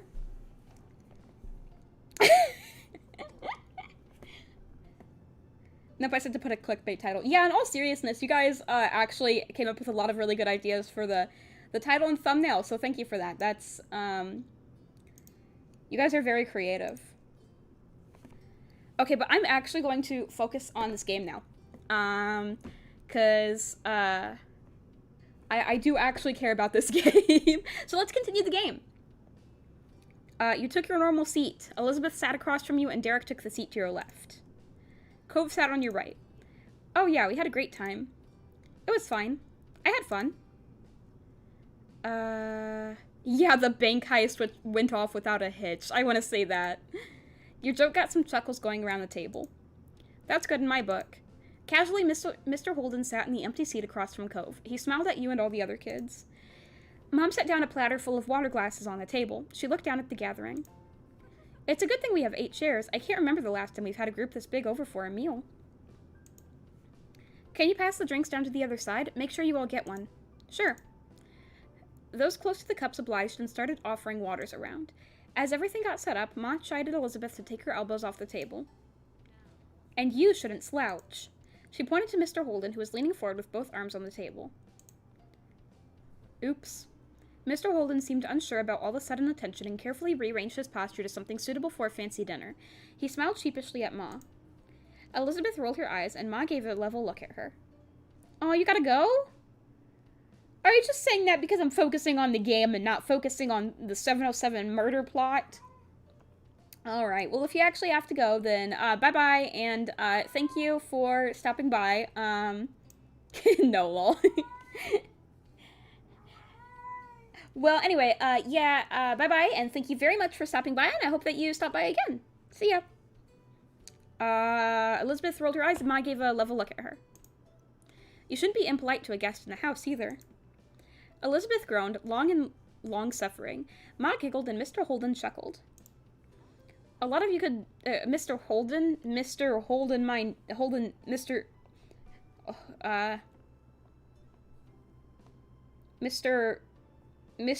D's nuts. The lot of you could learn a thing or two from Derek. He has the best manners here. Derek blushed, but it was true. His posture was upright and formal. He even held his fork gracefully. His table manners on top of all his attempts to aid your parents made him the model of meal attendee behavior. It's nothing. It's true, though. You've been a lovely guest. I've noticed that, too. It's always nice when you stay over, Derek. Derek smiled and sat a little taller in his chair. And do you have anything good to say about our other guest? She looked deliberately at Cove with a teasing smirk. Or is there just nothing to say? Well, Cove is my number 1, but he still does clean his hands by wiping them on his pants. Cove frowned at that and absent-mindedly brushed his hands on his pant legs. Your mom laughed slightly. Elizabeth, you should know, after all these years, Cove is hardly a guest anymore. I'm guessing it was late for him? Yeah, I mean, I understand. You gotta get your sleepies. Cove smiled awkwardly. Thanks. Manners, who cares? I don't think it's that big of a deal. You teased Cove for his bad habit. You complimented Derek on his politeness. You joked that Derek was basically an adult. You kept quiet and took a bite of food. Yeah, I'm just gonna eat. I'm just eating. The parents had made an excellent lunch. You took another bite and minded your business. Everyone ate their meal together and continued to hang out for the afternoon. After the food, you and the others played a couple games and talked about plans for the upcoming year. The time passed by quickly, and soon it was time to part ways. Mr. Holden talked to your moms, and Cove drifted over to you, knowing that as soon as his dad finished up, he would be leaving. It'd be cool to stay, but we have some stuff to do before everything closes today. Yeah, bye. Could you move? I need the phone. Cove raised an eyebrow, and Elizabeth impatiently gestured behind him. Cove realized he was standing right in front of where the receiver was placed. He sidestepped out of the way and shook his head, clearly thinking Elizabeth was rushing too much. Yeah, I'm a Probago as well. I'm in East time. Yep, so that means that it's, 10:30 p.m. for you. Yeah. Okay, well, have a nice night, and I hope to see you some other time. Thank you so much for stopping by. You've been great. Your sister made a beeline for the phone and started dialing the number of what you figured was one of her friends. Knowing Elizabeth, she was going to be on there for a while. You, Cove, and Derek shuffled closer to the door. It seemed like Mr. Holden was wrapping up his conversation, so everyone started saying their various farewells. See you later, Cove. We gotta do this again sometime. Yeah, see you. Cove turned to you and smiled slightly. Bye, Samantha. You hugged Cove goodbye, you patted Cove on the back, you nudged Cove's shoulder, you ruffled Cove's hair, you waved. I'm gonna hug him. You stepped forward and spread your arms wide. Cove only had a moment to react before you encircled him in your arms. Cove hugged you back tightly, and his chest rumbled as he laughed. Bye, Dark. Seriously, dude, we have to hang out later. I'm gonna miss you during school.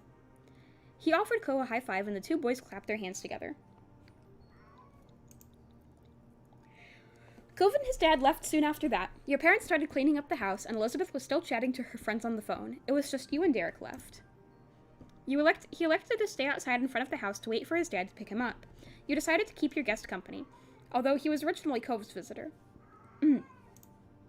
A light summer breeze blew through your hair, and Derek shifted his weight from foot to foot. Thanks for waiting with me. He kicked at the ground distractedly. Dad's still gonna be a while, so do you want to go for a walk? Sure, I don't mind. The two of you walked down the street again, just wandering without a destination planned. It was a quiet stroll, too quiet for Derek being the company. You turned to him when you had noticed he wasn't saying a word. That was unusual. Derek always had something he could chat about. You weren't sure if you should ask about it. Yeah, is he okay? Somehow you ended up at the old park near the beach. You glanced over to Derek once more, still expecting him to say something any second now. However, nothing came from him. In fact, now you noticed a frown creeping on his face. Derek smiled when he realized you were watching. At least, his mouth was turned up. There wasn't anything that really felt happy on the expression. He turned away and the smile fell off his face. His eyes stared intently at the ground and you raised an eyebrow. Is everything okay? If you want to talk about something, I'm here. Derek, what's going on? You kept quiet. Is everything okay? I'm a little sad. It's just with school starting back up again, it's going to be harder to visit. I'm going to have homework and clubs and practices and everything else. It really sucks we go to different schools. His face screwed up and his fists were closed tightly together. This was really concerning him. What if we don't have time? You shared those worries. I was thinking about that too. We've hung out so much this summer, it's going to be really different not seeing you around as much. Derek looked up at the sky. It was orange and purple with little wisps of clouds scattered around. A plane flew high with a jet stream trailing behind it. Then he turned to the ground again. Derek's face was tilted far enough down that it was harder to read his expression. Hey, Samantha, I actually wanted to talk to you about something, if you don't mind. There was a pause and you waited for him to finish his thought. I was just kind of wondering, do you like guys at all? Like, would you ever want to be with someone who was a boy? Sorry if that's weird to ask. Oh my god. Oh my god.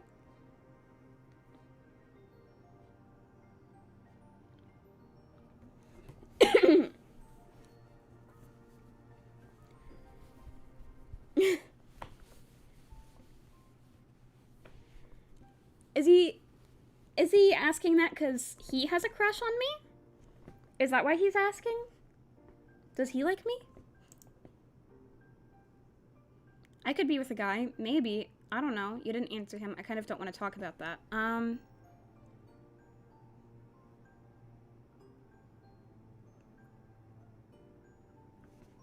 Yeah, I could be with a guy. Okay, then he hesitated before finishing his question. Ugh. So, look at how red his face is. He totally has a crush on me. So, what I mean is, just, is there any guy you think is kind of cool that you like around here? Not at school or anything like that. Can you pursue a romantic relationship with him? Is there an ending with him? Can you actually date Derek? Not that I would want to, but is that a thing you can do?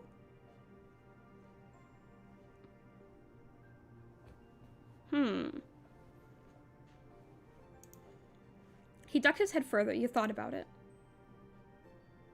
I like you. Oh my god, you can say that.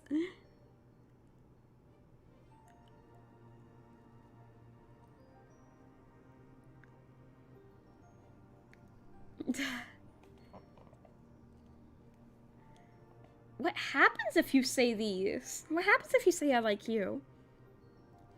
Well, I like Cove. I can't believe it. I can say that. I can say I like Cove. Mr. Holden. That's a weird thing to say. What happens if I say that? There are a lot of guys I think are cool. Not right now. I don't really want to say that. It's probably gonna hurt his feelings, but I'm gonna say that I like Cove. Because I do want to pursue Cove romantically in the game. I mean, I do think that is what I am going to do, but...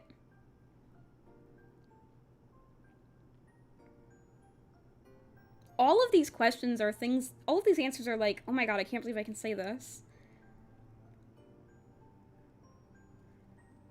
I think I should... yeah, I think I should say that I like Cove. I haven't really gotten the opportunity to say it in the game, and I haven't gotten the opportunity to say it to Cove, but I'm gonna say that I like Cove. That's what I'm gonna say. I'm gonna do that. I like Cove. Derek raised an eyebrow. He didn't look at all convinced. What, he doesn't think I like Cove? I can't tell whether you're kidding around or being serious. What? What? What does he mean? I've been, like, flirting with Cove. I wore an anklet for him. I've been hugging him and stuff. Does he react differently if you say this when you're at the crush or love level? Because right now I'm only at the fond level. I'm not at the crush level. I'm just at fond. Does he react differently if I'm at the crush level? I really didn't think you with Cove? Derek started to mumble to himself, sounding very confused.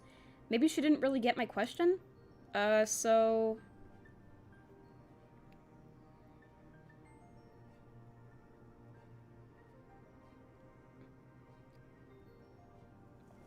this is weird. This is a weird conversation. This is weird.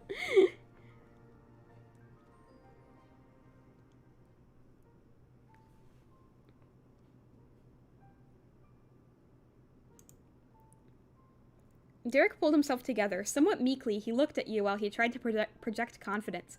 His posture was too tight for you to believe it. He was nervous. He's gonna ask if I like him. That's what he's gonna ask. You know, thinking ahead on everything is important. You've got to get yourself a game plan and all that. It's good to make plans, especially backup plans. What is he saying? He babbled, all full of energy and forced gusto.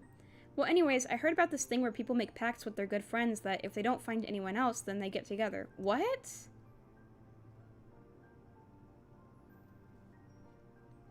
What? Together, like they get married and stuff. So I was thinking, since it's good to have plans, it might be cool if we did something like that. What? What is he saying?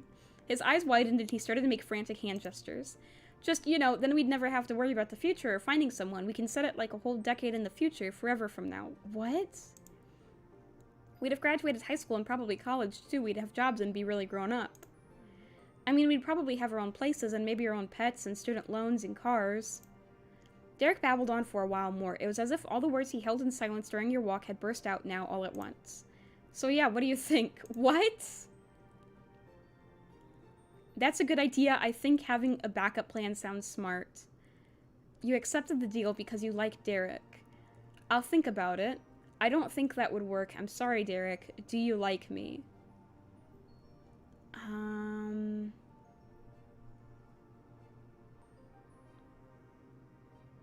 I'm gonna ask him, do you like me? I mean, obviously I know the answer, but I'm gonna ask it. Of course I like you, but it's not... He had to pause, desperate to find a way to explain himself. It's, well, you don't have to think about that kind of thing right now. It's better to worry about all that later when we're grown up. That's why it's a good idea to have a plan, you know? And well, honestly, I think you and me would work out for the best for that. What? What is he saying? So...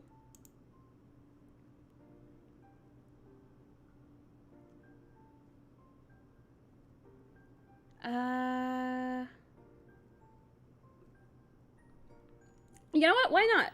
Let's do it. Let's do it. Let's do it. I'm gonna go for Cove, and if that doesn't work out, I'll go for Derek. That's my plan. Going for Cove, backup plan is Derek. That's what I'm doing. I wouldn't mind ending up with you. Really? Oh, same here. Derek brightened significantly and started to bounce excitedly on the balls of his feet. See, he's cute. Okay, then let's do it. He held out his hand as if offering a handshake. Officially, he repeated the terms of the deal. If in 10 years, I, Derek Suarez, am still single, and if in 10 years you, Samantha Ya, are still single, we both agree that the two of us will get together. let's see, how old will we be in 10 years? 23? We'll be 23.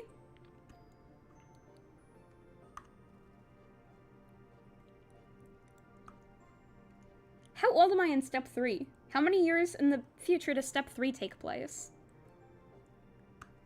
Because I have a feeling that if I accept this, if this is the route that I go, I'll end up with Derek and not Cove. Because I haven't... Because I'm still at fond with Cove. I'm not at crush with Cove. So I have a feeling that if I agree to this, then I'm gonna end up with Derek and not Cove. You took his hand and shook it firmly as Derek beamed. Alright, whatever. I'll end up with Derek, not Cove. Derek's a nice guy. I'm ending up with Derek, not Cove. Who cares? Derek time. Thanks, I feel better about the future already. I guess it's working out. Okay. I'm gonna date Derek, I guess. Alright, sure. Whatever. I'm dating Derek. He laughed and scratched the back of his head. You could tell he was giddy about this, and you felt happy, too. You didn't spend much longer at the park after that. Derek didn't want to miss his dad, so you both made your way back to your street. Derek's steps forward seemed lighter than before. After Derek went back home, you decided to settle in for the night. Stretching your arms over your head, you noticed that the living room and the phone were free. Oh, I can call Lee? Nah,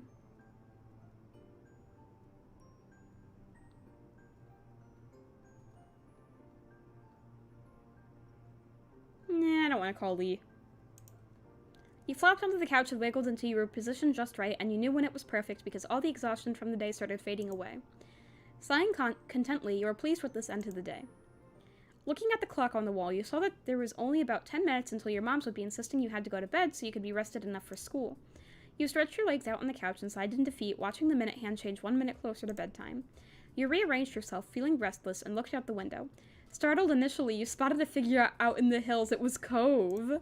When the surprise faded, you realized it really wasn't that much of a shock at all. It was exactly something Cove would do. You went outside to meet up with him. You ran off to go see him. You left him alone. You smacked the window to get his attention. You opened the window to call out for him. You went outside to meet up with him. Strolling casually, you went over to the front door. Hey, yo, look at the fireflies! When you arrived, you noticed how many fireflies were out that night. They drifted along lazily, barely minding your presence as you waited to reach the top of the hill. Cove turned towards you as you approached, and you noticed right away that Cove looked happy to see you. Hey. You had a bounce on your step. You weren't sure how long you'd get before your moms roped you back inside for bed. Hey, what are you doing out here? Nothing, not really. He shrugged, seeming unhappy with his own answer. You stared at him, waiting for him to continue. Well, I guess I was feeling kind of weird about stuff, so I'm getting some fresh air before bed.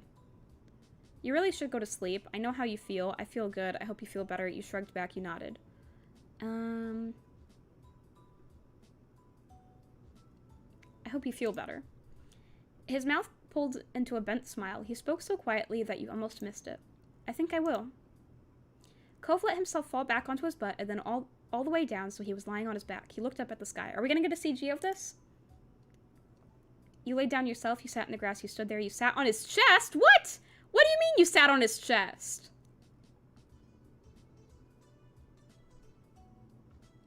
What does that mean?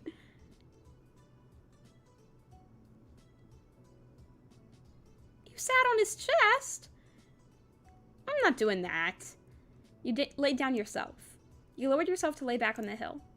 He had been lost in thought and was possibly waiting for you to situate yourself, but he started speaking unprompted again. I'm sorry for being kind of awkward when my mom was leaving.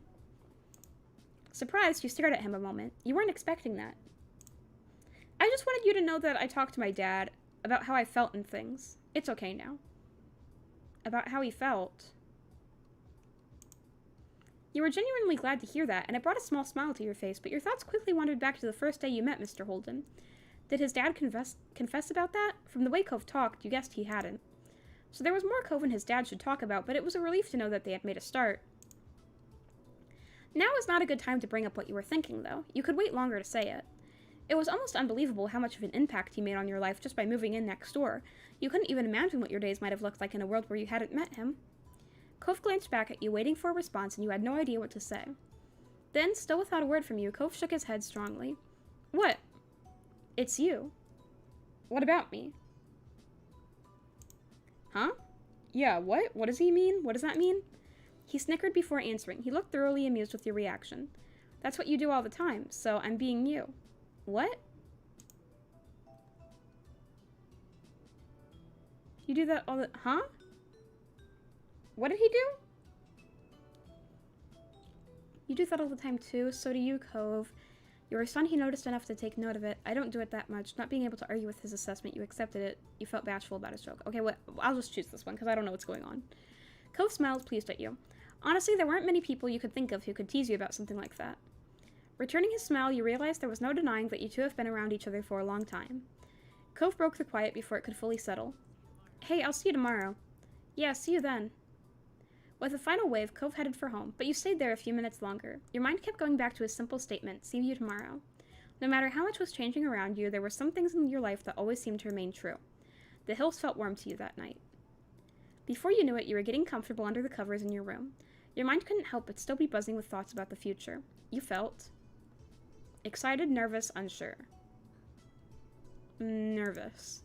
Every bit of your gut felt like it was being turned into a pretzel. A new chapter of your life was about to begin, and you were worried what new changes were waiting for you.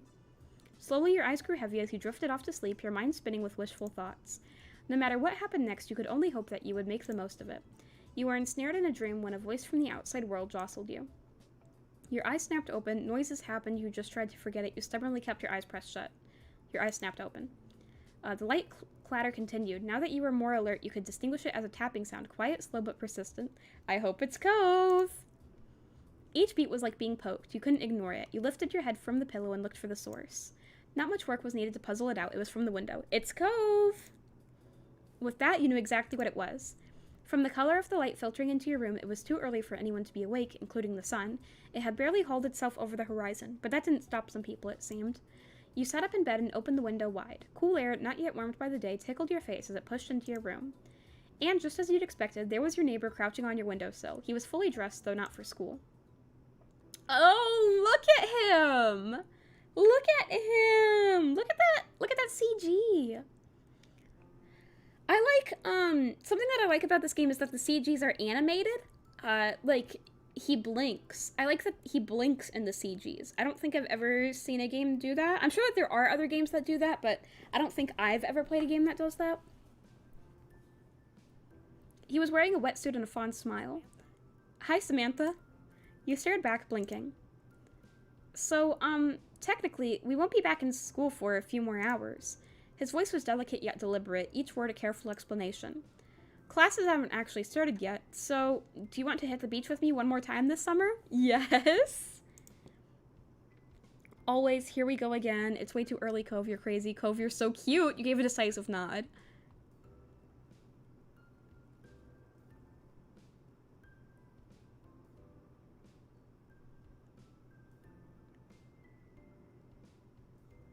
Can I call him cute? I want to call him cute. I'm gonna call him cute. His smile widened affectionately. Oh yay, he liked that!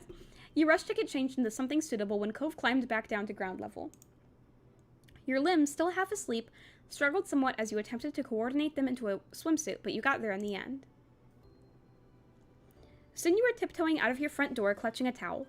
Cove was already there to greet you. Your eyes met. Cove's gaze darted to your destination and back to you. You checked the door was closed, gave him a thumbs up, and the two of you leapt into action.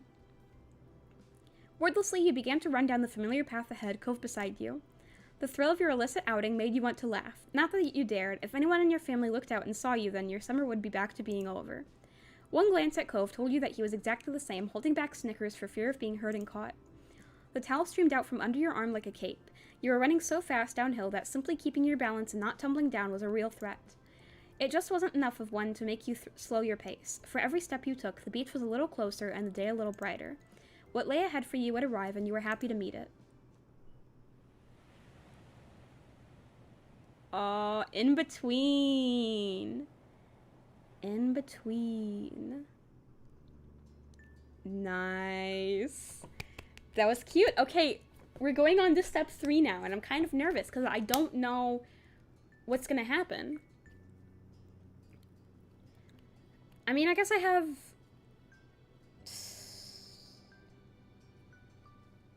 I mean, I guess I do still have some time before the game ends, but, like, I'm, like...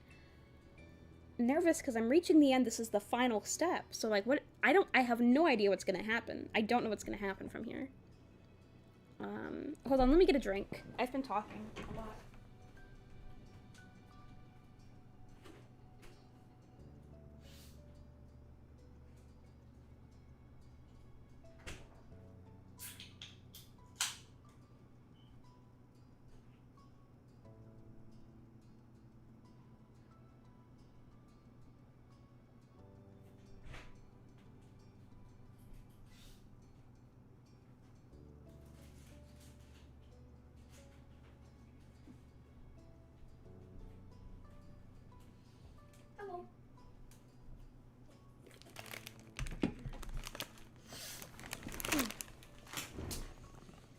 Let's see.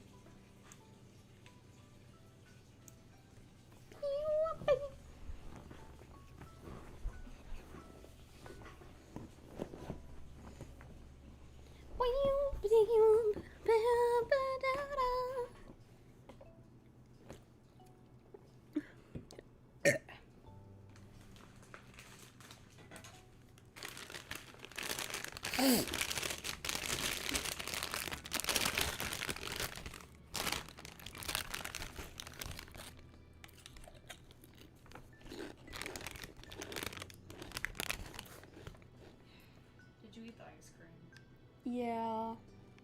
Damn kidding me. Sorry. I was up there doing all my work and I was like, oh, I'm kind of hungry. I should go get some ice cream. Dang it, I wouldn't have eaten it if I knew you wanted it.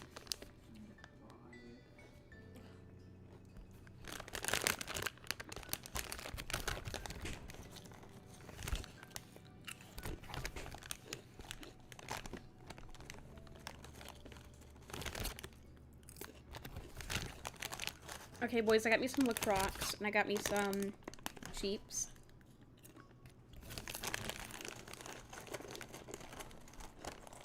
Oh, hi, Percy.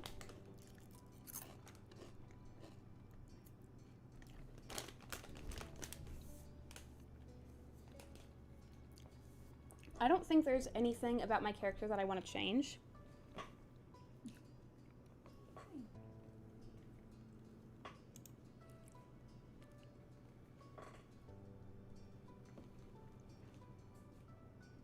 Lips. Birthmarks, scars, freckles. Clothing types, accessory types, braces. Ring, headscarf, nail length, nail color. Short or long short. Plain, red, orange, yellow, green, blue, purple, pink. I think I'll just go with plain. Although as you guys can see right now, my nails are black.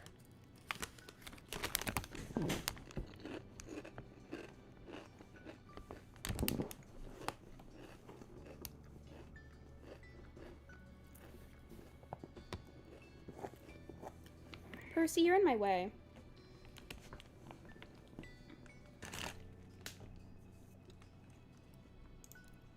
Yeah, I'm not going to change anything about my character.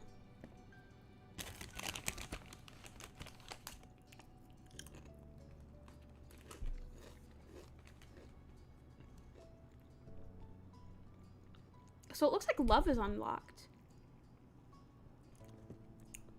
It looks like I can choose love. Should I?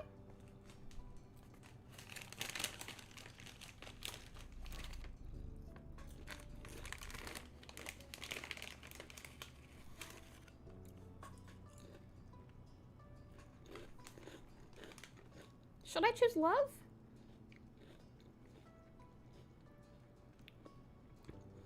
I was initially going to choose crush. See, I do want to pursue a romantic relationship with him if possible, so maybe I should choose love.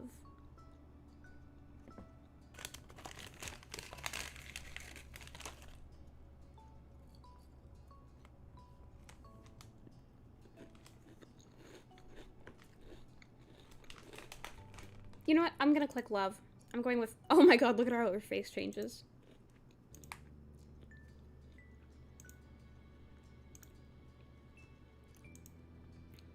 Okay.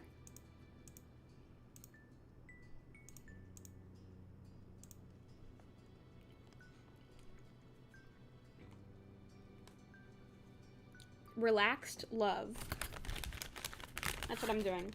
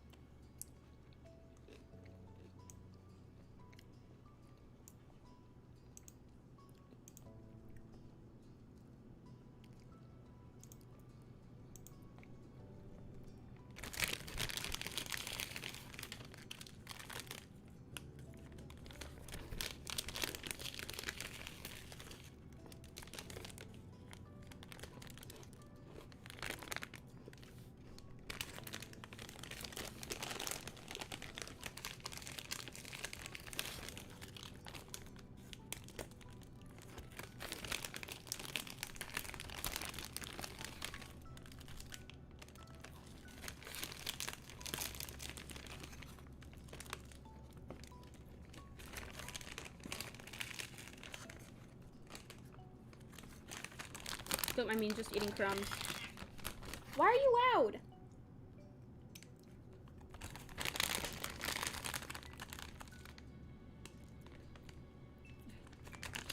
Oh, hold on.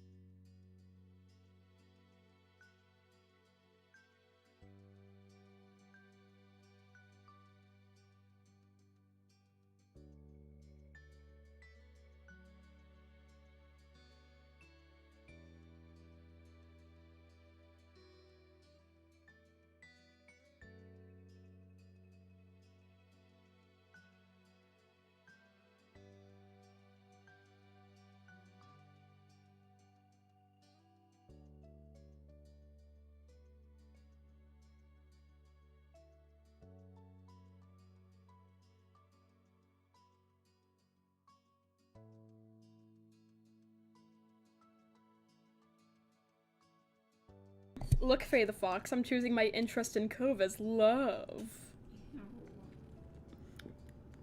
You don't think it's cool to love a boy? No, not a boy.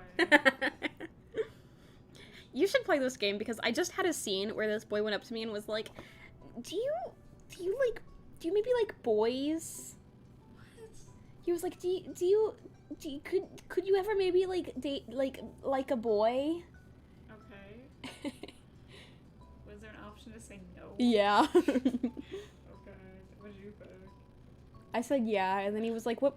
Are there any boys that you like?" And I said I like Cove, and he was like, he was like, I can't tell if you're joking or not. Okay. And then he was like, what? What if like what if I mean what if like if like maybe when we're like adults, if we're like still single, then like what if maybe like maybe we could like just as a backup plan, like if we're both single, maybe like 10 years from now we could maybe like get married and stuff. And then I said yes. Who did you say that to? This kid named Derek. How old are you in this? 13. Oh my god. I'm about to be an adult though. I'm moving on to step 3. Yeah, the 3 steps. Baby, 13, and adult. Yep. Okay. That's how it be. So if I can't get with Cove, then I've got my backup, Derek. Okay. Is Derek a nice person in the game? Yeah. Okay. Bow, bow. Bow, bow. It's like she's trying to block you from going into the kitchen. Yeah. You're so fat. She was playing with Dad's sock earlier.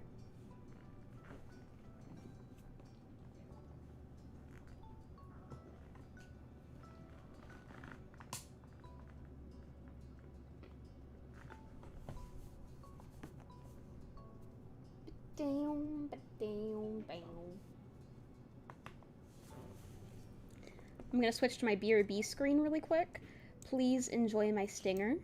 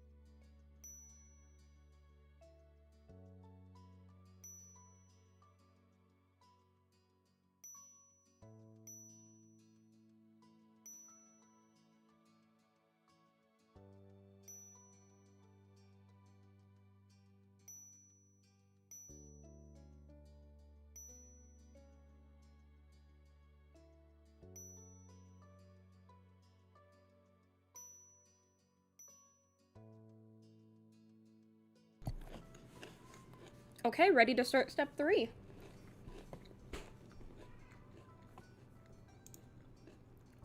Relaxed love.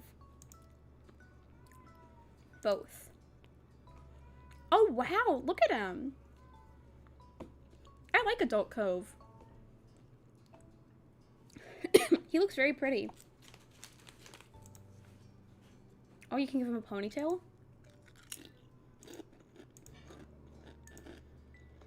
I don't like this hair. Hair 2 is good. Glasses.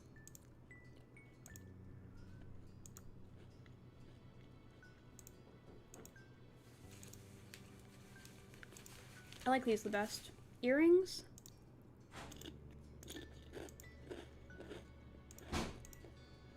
Yeah, you literally can't see the earrings, so it doesn't matter.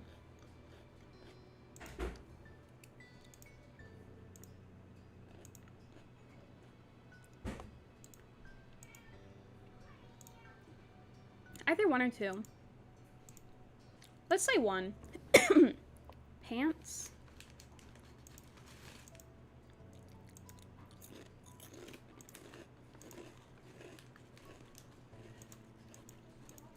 I'll just give him jeans. I like this. It looks kind of edgy. It looks like my choker. Yeah, let's give him a bracelet that matches my choker.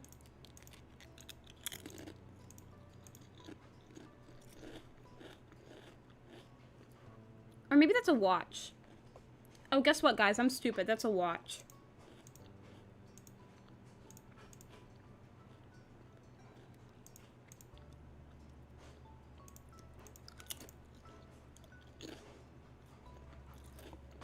Okay, in that case, I guess I just won't give him any accessories. Except his glasses. I want to keep his glasses.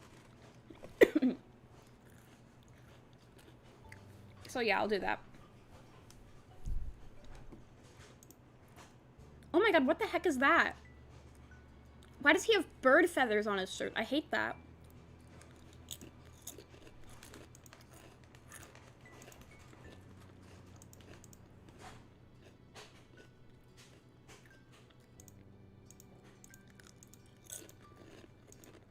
Are you kidding me? I have to give him the feathers? I hate that. Why aren't there any options that don't have the bird feathers? I hate it. It's either blue or gray. We'll go with blue, and then this one, I guess.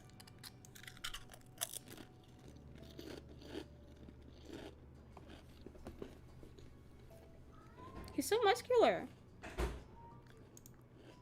Pink! Okay, yeah, let's give him... Popcorn.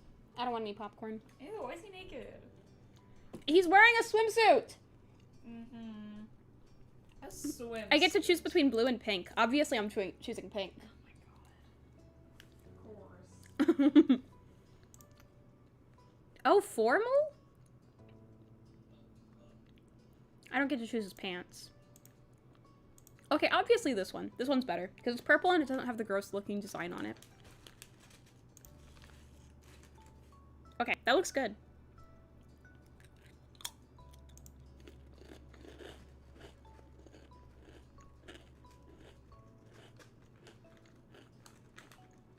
Okay, I'm definitely going to keep it at warm and studious. I'm still wondering what difference these options make. I still have no idea what these options do. But yeah, I want him to be warm and studious.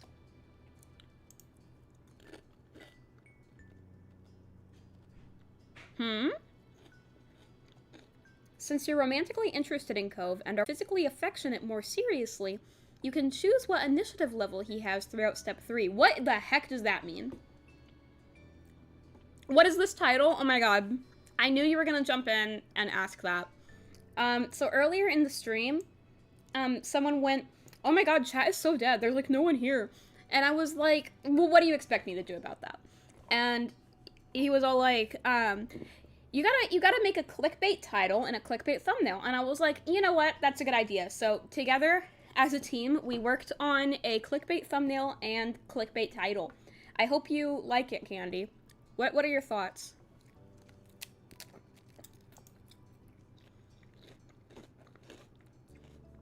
Making sure the player experiences what they want is important in our life, but always putting your choice first can potentially make a relationship feel one-sided.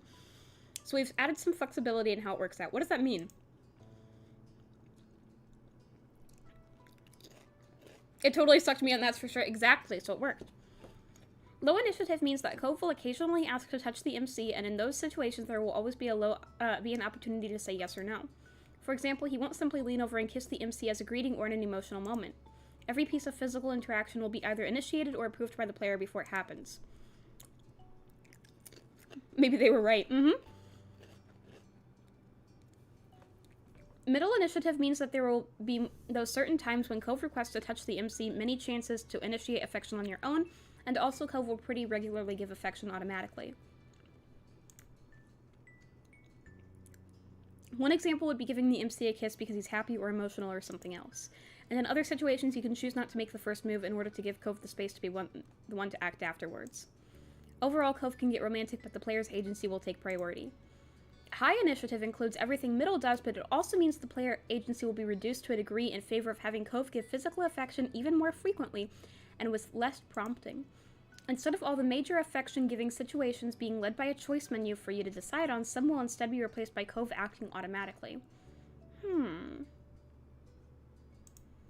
This level is only recommended if you're very comfortable with physical affection and would prefer to simply see it happen rather than always holding the reins on it. However, this level is mostly relevant if Cove ends up as your official boyfriend at some point. Situations where high-level initiative makes a difference tend to come up in scenes that are exclusive to being in a relationship. The parts that are also included in the middle initiative will be seen whether you're dating or not. They creating AI for this dude. Exactly! Once you pick your level, it can't be changed later, so keep your full playthrough in mind when deciding. We hope you enjoy whichever initiative option you decide on. Okay, well this is very interesting. This is very, very interesting. This game is very, creative. It's very unique in a lot of ways. This is a very unique way of doing things. Like, a lot of games I've seen where it's like,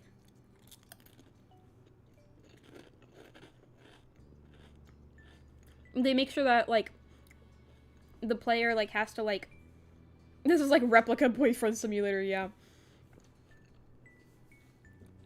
I've seen a lot of games where, like, they'll, like, make sure that the player, like, consents to their fictional boyfriend, like, kissing them or whatever. But, like, this is definitely an interesting way of doing it. Okay, so it's basically just about how much physical affection you want Cove to give you, and how much control you want. I'm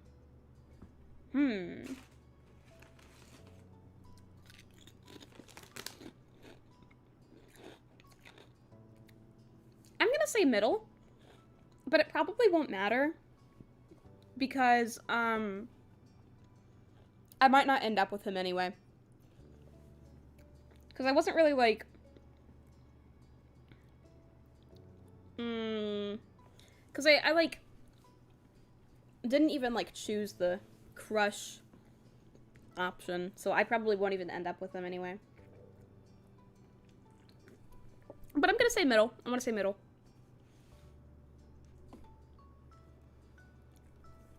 Because I do want Cove and I to be affectionate with each other, but I also do want, like, choices in the matter, so I'm gonna just choose a middle.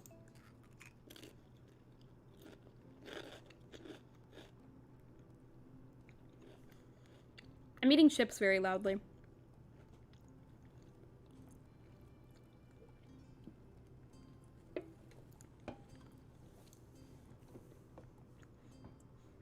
The start of classes ended the relaxed, free days of summer. It didn't take long for you to get back into the swing of the school year routine. Schedules and homework became the new normal. Derek wasn't around nearly as much. With school and after-school activities, there weren't many opportunities for him to take the trip out to your neighborhood. Well, sometimes you'd hear that he was at a training camp or something like that, but you weren't always sure what he was up to. Oh. I'll keep in touch with him. I like Derek. The Jeremy kid did disappear after that summer, and no one ever heard from him again. Where he went or what he might be up to was a mystery. More summers came and went like the waves on the shore, coming in and out. In your second year of high school, someone new started to visit Sunset Bird, a sunny girl named Terry Brooke. She was a friend Cove made due to them both being ocean obsessed. Can I date her? That would actually be really funny if I flirted with Cove for this entire game, and then all of a sudden this girl shows up and I just ditch him for her.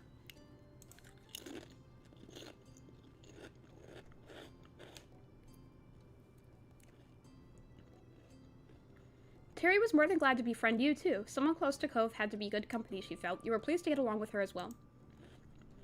Terry was tight with another girl who you had known distantly from school for a long time, Miranda Eckert. You saw more and more of her as time went on, thanks to Terry and Miranda's own outreach. After a while, all of you developed a real friendship together. Okay. As for your home life, the Yas also had developments. Changing laws and public perception countrywide made it possible for your moms to openly wear their wedding rings without questions. Nice! It actually never occurred to me that would be a problem. But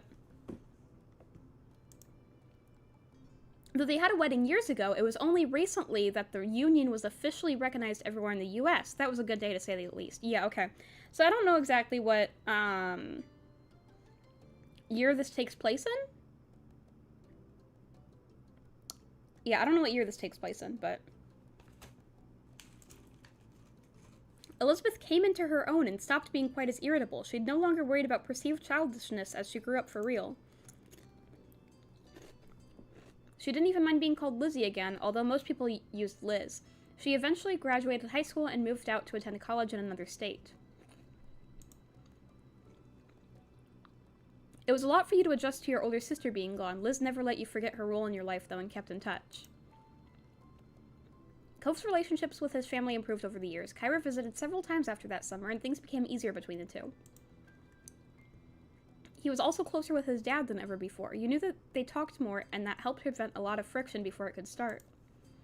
And Cove only continued to open up to his parents and the rest of the world. He was so bright he shone. He would willingly join conversations, make jokes, and put in an effort not to use overly blunt phrasing. Cove loved staying inside and learning just as much as ever. By this point, his studies had paid off, and he had been right near the top of the class by his last years of high school. Oh, achievement unlocked matured affection. What does that mean?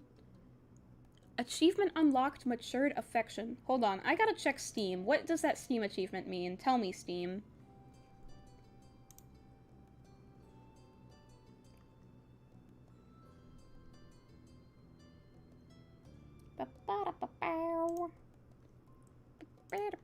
Yeah, I'm opening up Steam because I want to know what that means. What did I just unlock?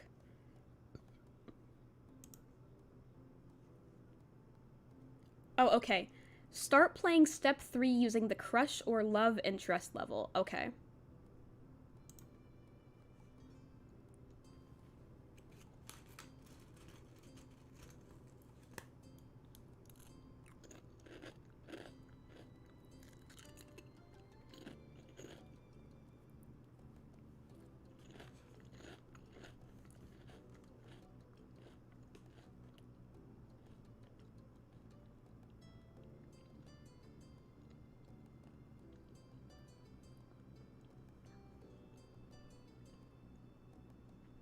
Okay. Yeah, so you get different achievements for, like, starting different steps at different comfort levels and at different, feelings towards Cove. Things have shifted between you and Cove. You had been friends for years, but the closer you became, the more you felt for him.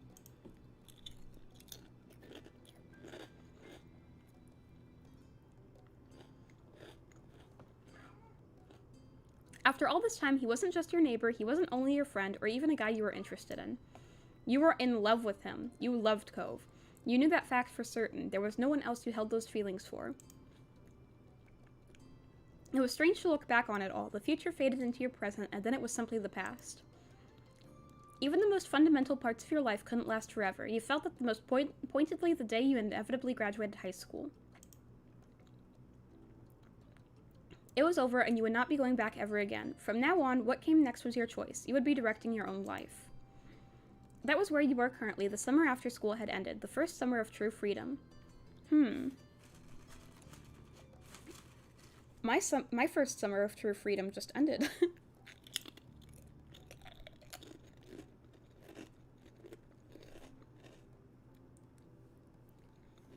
Okay, I thought that the adult step would start at, like, the age of, like in my 20s.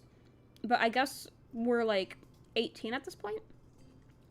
So this is, like, 5 years in the future. What used to be a reprieve from the typical was now going to be a first step into adulthood. One fine summer morning, you took in what had become a very special scene, the whole family having a meal together. Oh my god, look at Elizabeth. What the heck?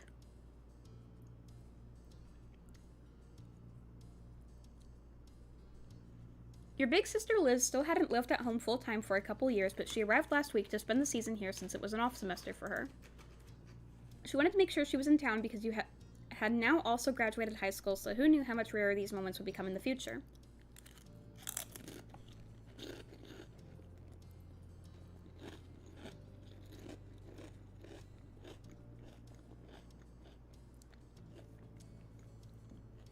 You watched on as Liz laughed good-naturedly over a comment Mom made. Her Elizabeth-only mindset had only been a phase. Nearly any nickname was welcomed at this point in her life.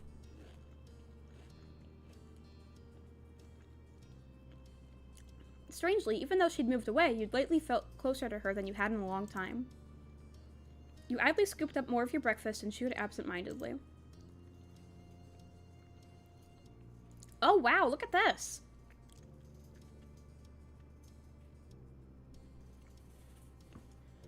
Yeah, earlier in the game,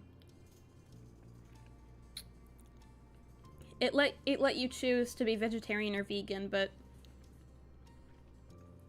wow.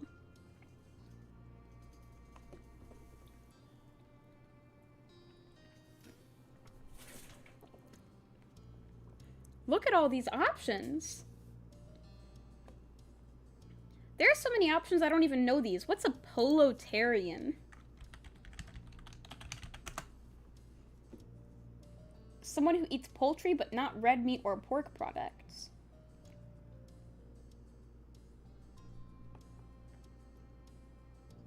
Okay. Wow. I think I'm gonna say I'm a picky eater because I do think that's true. There are a lot of foods I don't like. And the meal you had reflected that. Your moms were happy to make food that fit your needs along with dishes for themselves that didn't, though you often made your own food nowadays.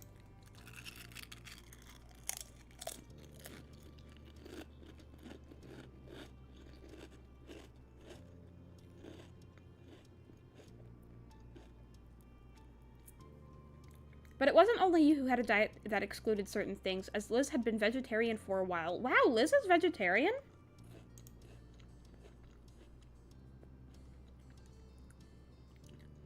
Oh, they got like wrinkles under their eyes now.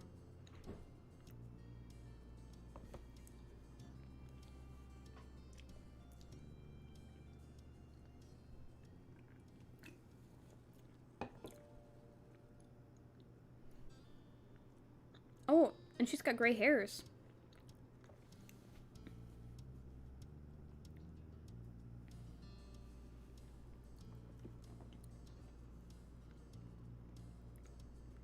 Conversation had gone on idly without you fully taking in the words until your ears were piqued when Ma started on a bit of town gossip. And so that's how I heard the news. Alright, now stop bearing the lead and tell us, what is this so-called news? Oh my god, look how pretty my sister is now. Ma giggled as she cast a look across the table, satisfied that she had everyone's attention. Well, it turns out the Donnells won't be renting out the condo up the street as per Sunset Bird tradition for the first time in what must be nearly 2 decades. Who are the Donnells? A chorus of gasps and shocked expressions were had all around. After the initial shock, your eyebrows pinched. I don't know who the Donnells are. Mom may consider them by name, but you and Liz always viewed them exclusively as the mean old couple who would yell at anyone under 25 who crossed their paths. Your ma continued on with the story, spreading strawberry jam over a piece of toast as she did so. They've decided not to take big trips anymore. Friends and family will be visiting them at their home.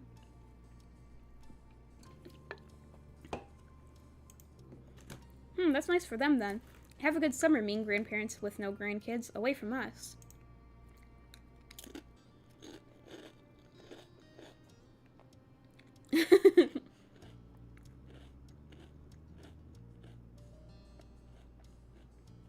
Yeah, I agree with Liz on that.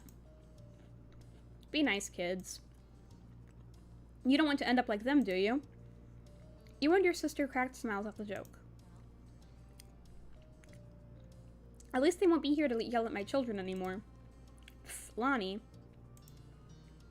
And that blunt comment got laughter from all three of you. Engrossed in conversation once more, you continued to chat with your family until the meal was over.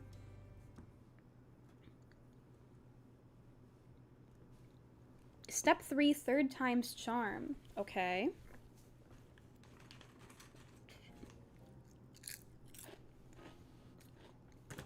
As it went, once the food was eaten, the cleanup had to be done. Liz took the role of washing the dishes and passed them to you for drying and putting away.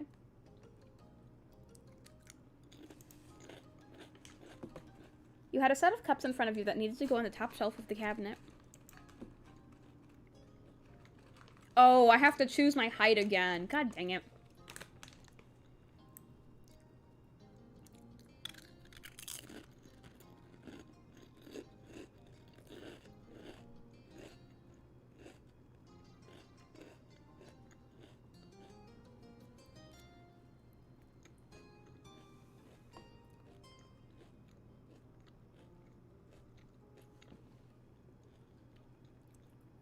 I'm gonna say I'm short again. That was simply your lot in life. You'd always been vertically challenged. You felt great about how things were. You hoped you might still grow more. You wished you had stopped growing earlier. You didn't think about it much. You didn't even know what to think about it. You didn't think about it much. That part of yourself was never something you could really figure out your thoughts on. She looks so mature. Liz shook you out of your internal musing by starting up an impromptu conversation. She seemed to be voicing the thoughts that had buzzing around in her own head.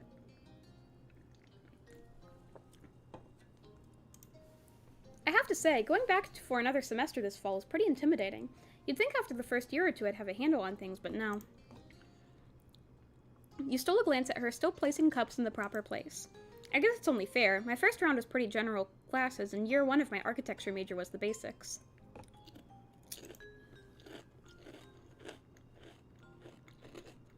Now it feels serious. I have to actually know some things. The laugh she gave was flippantly airy, but the way she scrubbed out the plates held more force than necessary.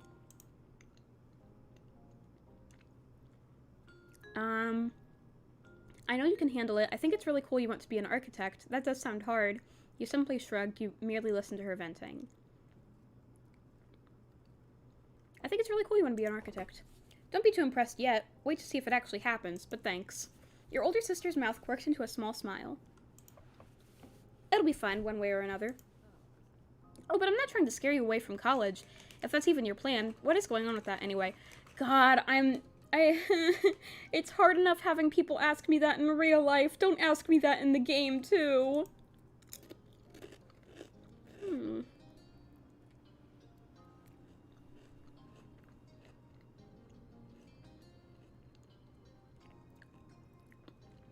You had absolutely no idea. You answered the question as much as you were able and willing to. Liz's smile grew more reassuring as you did. You made it through 12 years of full-time education already. You've got plenty going for you. Sometimes it still felt hard to believe your public schooling experience was over. In the end, you had graduated at the top of your class. You soared through with high marks. You had to work extremely hard but were rewarded with great grades. You had been an average graduate. You struggled to reach the benchmarks but made it. You didn't try hard but made it regardless. You soared through with high marks. And you were going to miss it, and you felt satisfied leaving off there, and you wished it could have gone better, and you were just glad it was truly behind you. Yep. You've achieved a lot, and could take what you learned with you moving forward. Liz picked up on the silence her question ended up creating. She decided it was time to make a closing statement on the topic. She just called me a good girl. You're a good girl, Samantha. Do what's best for you and we'll be here to back it up.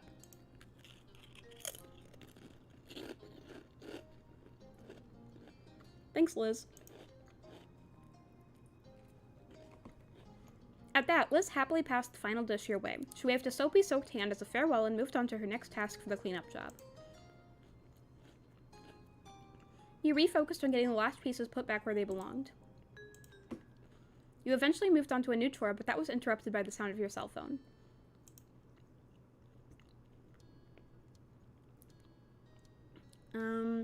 It was the phone's default ringtone. You had used a silly novelty song as the ringtone. You'd set one of your most beloved songs as your ringtone. The phone was just set to vibrate. You'd set one of your most beloved songs. You casually picked it up from the table where you had placed it earlier. The phone was a couple years old at this point, having been a 16th birthday gift from your parents. They decided which model to get, but you got to pick the color. It was pink. I can choose rose gold. I like rose gold. No, I'm gonna choose pink. I'm totally choosing pink. And it was just a phone. You didn't do anything to decorate it. And it had a special charm attached to it. Yes, I would like a charm. Give me a charm. Which was the shark keychain Cove bought you when you were a kid. Oh.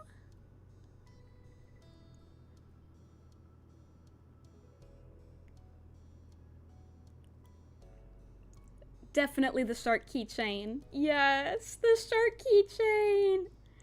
Yes, the shark. You were pleased when you finally had a prominent place to use the gift. The shark. I remember that. The screen lit up as you gave the little device a swipe with one finger. You were informed by caller ID that it was Lee. You weren't surprised.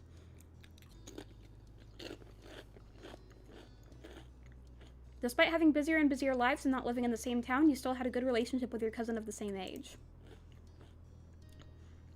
Especially once the miracle of the both of you having your own phones actually happened. She got hers first, though. Tapping at the accept button, you answered her call. A familiar bubbly voice came through right after. Oh my goodness, look at my phone. Don't you guys love my phone? I love my phone. It's pink and it's got the little shark. The shark that Cove gave me.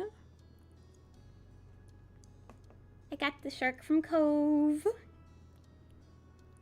Aww.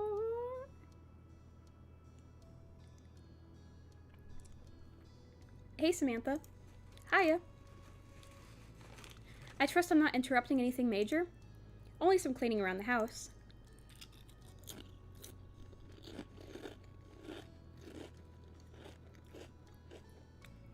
Oh, then you're welcome for my call. A distraction from that must have been desperately needed.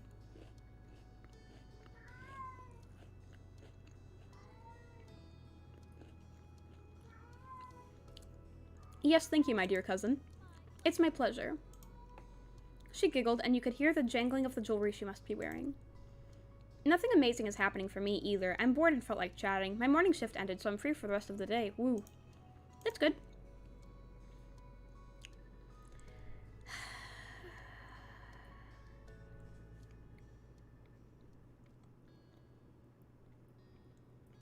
This game is just making me feel bad about the fact that that I'm not in college and I don't have a job. Unlike you, Lee had started dipping her toes into the workforce as of late. It made keeping in touch frequently even more complicated, but you both managed. What about you? It's been pretty normal. Cool, that's you then. So, how's Mr. Cove Holden doing?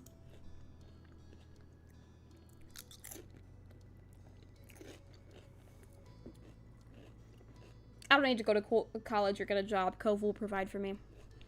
There was a teasing bent to her tone. She was never willing to let up on what was going on between the two of you.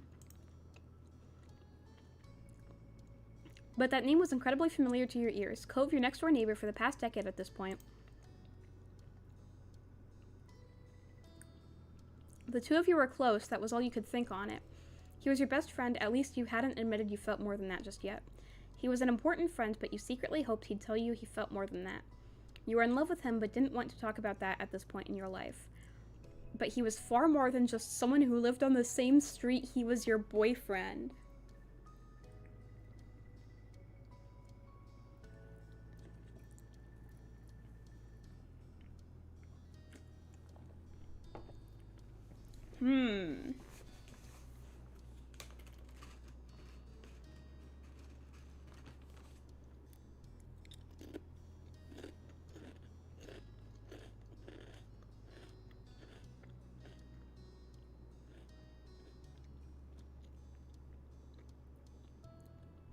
So I can choose at this point whether or not he's my boyfriend.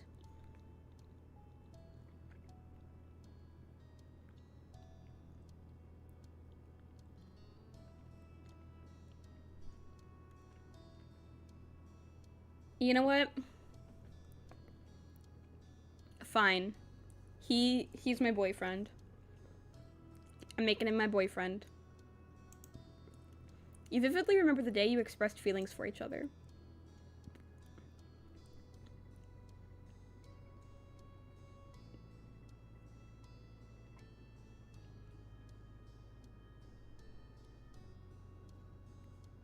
You started officially dating years ago.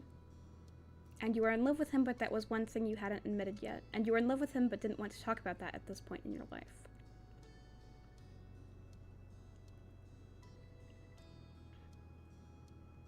Okay. Are you even surviving without the boy being 10 feet away at all times? Or is everything right with the world again and he's back? No, Lee, he isn't here. Just like he wasn't here yesterday or the last time you asked or the time before that. Oh, my bad. Can you blame me? Doesn't it seem like he should have made his grand return already? Plus, I went to visit soon and he needs to be there too.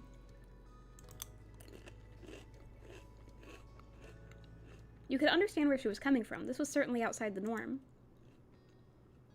For the past couple months, and the last few weeks especially, Cove had been going to his mom's place in Nevada.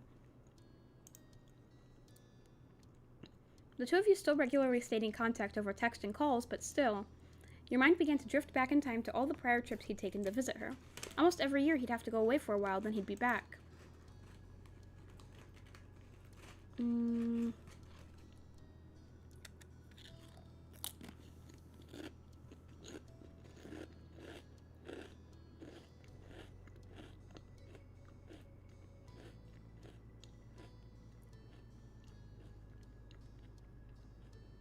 weren't a fan, but made do.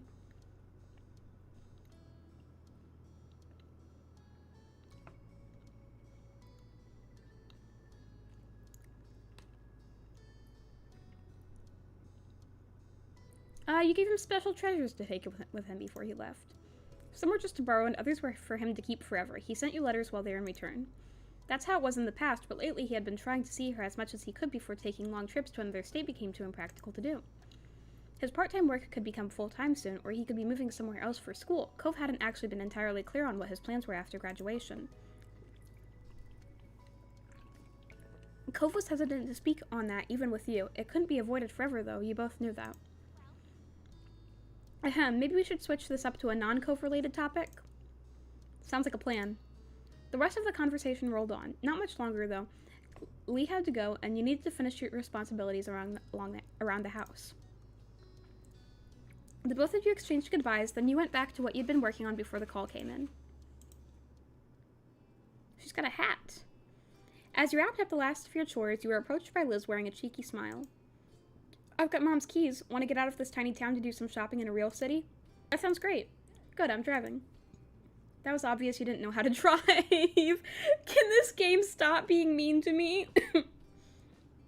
This game is mean to me.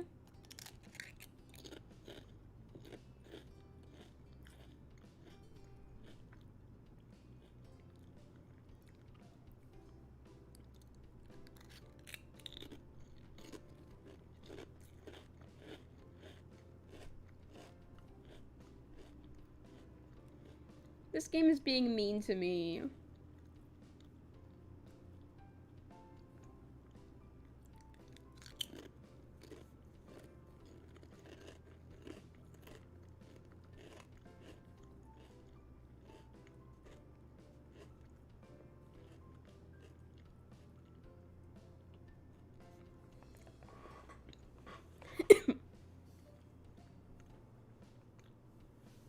This game is mean to me. This game made me admit that I don't have a job, I don't have college plans, and I don't know how to drive.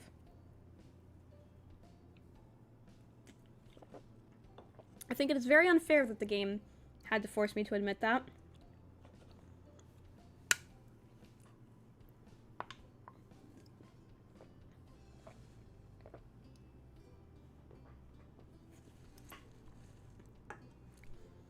It called me short, called me a neat, called me a bad driver, called me a stinky little idiot.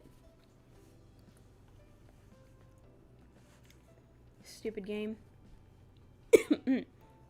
Go get your wallet and anything else. We're going now. With a nod, you made a quick detour to collect your stuff from your bedroom. You had money saved up from gifts you'd received.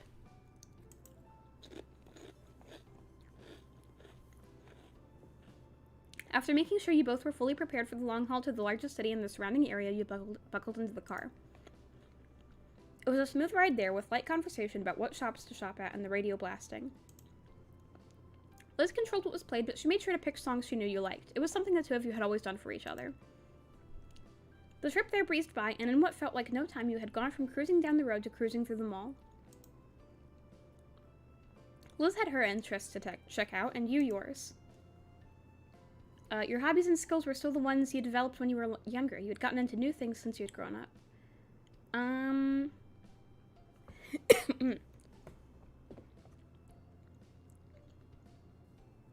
Yeah, I'm gonna say the first one.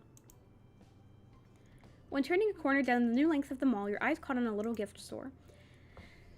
Your friends and family had recently given you many presents for graduating high school. Yep. You realized you wanted to get a graduation gift yourself to give to Cove. You had a gift of your own ready to give to Cove when the chance came. You really appreciated what you had gotten. Yeah, I have one to give to Cove.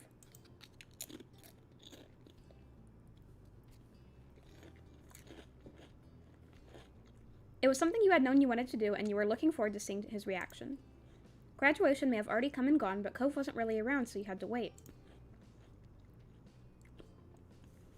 Eventually, the mall was explored in full, with every shop of note being checked over. Rather than going home, you decided to walk over to some smaller stores nearby. Liz had many thoughts on that topic. Honestly, malls are not a bastion of society. Even if smaller stores require extra distance, the brands are so much more. Then your sister abruptly stopped speaking and walking right in the middle of the path. It was a good thing no one was behind her. She seemed to entirely shut off for a moment. Liz? Huh? What's going on? The attempt to catch her attention was unsuccessful. Something else had all her focus. Before you could puzzle out what might be happening, she began to mumble out of the corner of her mouth. Samantha, don't draw attention, but look. Is it Cove? Is it Cove? What? With the harsh whisper and a subtle jerk of her head, she urged you once more. Is it Cove? Look.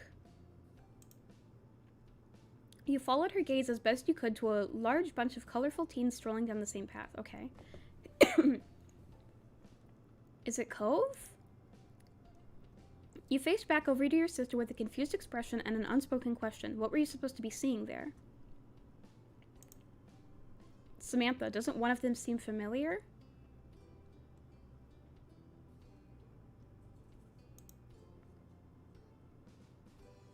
She was practically bouncing at this point, so you looked the group over again, and this time you saw what she was seeing. Cove? Oh! It's him! Oh my god. Amongst the collection of strangers was brown hair, gray eyes, and lots of freckles. Oh my god, that's the kid from Step 1. That's Shiloh, our Shiloh, from when we were kids. Yep, that was definitely him. I can't believe it. He's honestly just there. That's hilarious. That's incredible. Oh, but how do we talk to him? We'd have to pull him away from all those other people, and what if I'm wrong? Your mouth opened to reply, but she cut it off with her own answer to the question.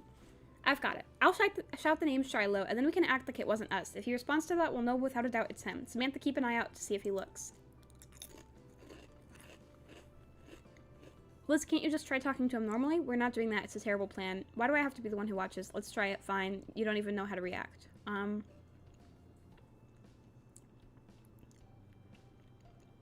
Can't you just try talking to him normally? Likely without even hearing what you had to say, Liz put her plan into action. Shiloh! She loudly projected the word across the way and then put on an act of casualness, turning her head away from the scene while brushing at the skirt of her dress. In a supremely awkward moment, you could only stand there as attention in the area shifted to the two of you thanks to your sister's shout. But of the many startled bystanders who became alerted to your presence, one of them was the boy. From a distance, his large eyes met yours. He looked. A wide grin took over Liz's face. She pushed the rim of her sun hat up and away from her face while swishing back around to greet her old friend directly. Shiloh! Waving, she stepped a bit forward to express her intention to meet without really closing the gap. She wanted him to come to her. Who you presumed to be Shiloh looked surprised at the call-out. He stole a quick glance at the crowd he was with and hesitantly glanced back to your way. He was trying to double-check something. Liz remained steadfast with her gaze trained on him, and ultimately he broke away from the rest of them. After a light-footed jog across the brick path, the young man pleasantly presented himself in front of Liz and you. Hi, I like your hat. Just that simple greeting had Liz giggling. Hello, I'm not sure if you remember this, but I'm Lizzie and that's Samantha. We were all friends when we were little kids. Whoop.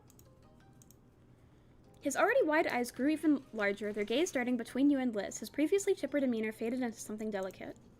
I'm really sorry, but I think you have the wrong person. Really?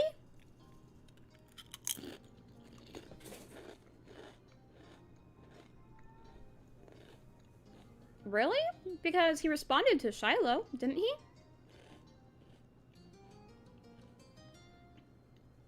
That's weird. I hope you are well, going to enjoy dinner while watching. Awesome! Thank you for being here, Chaz.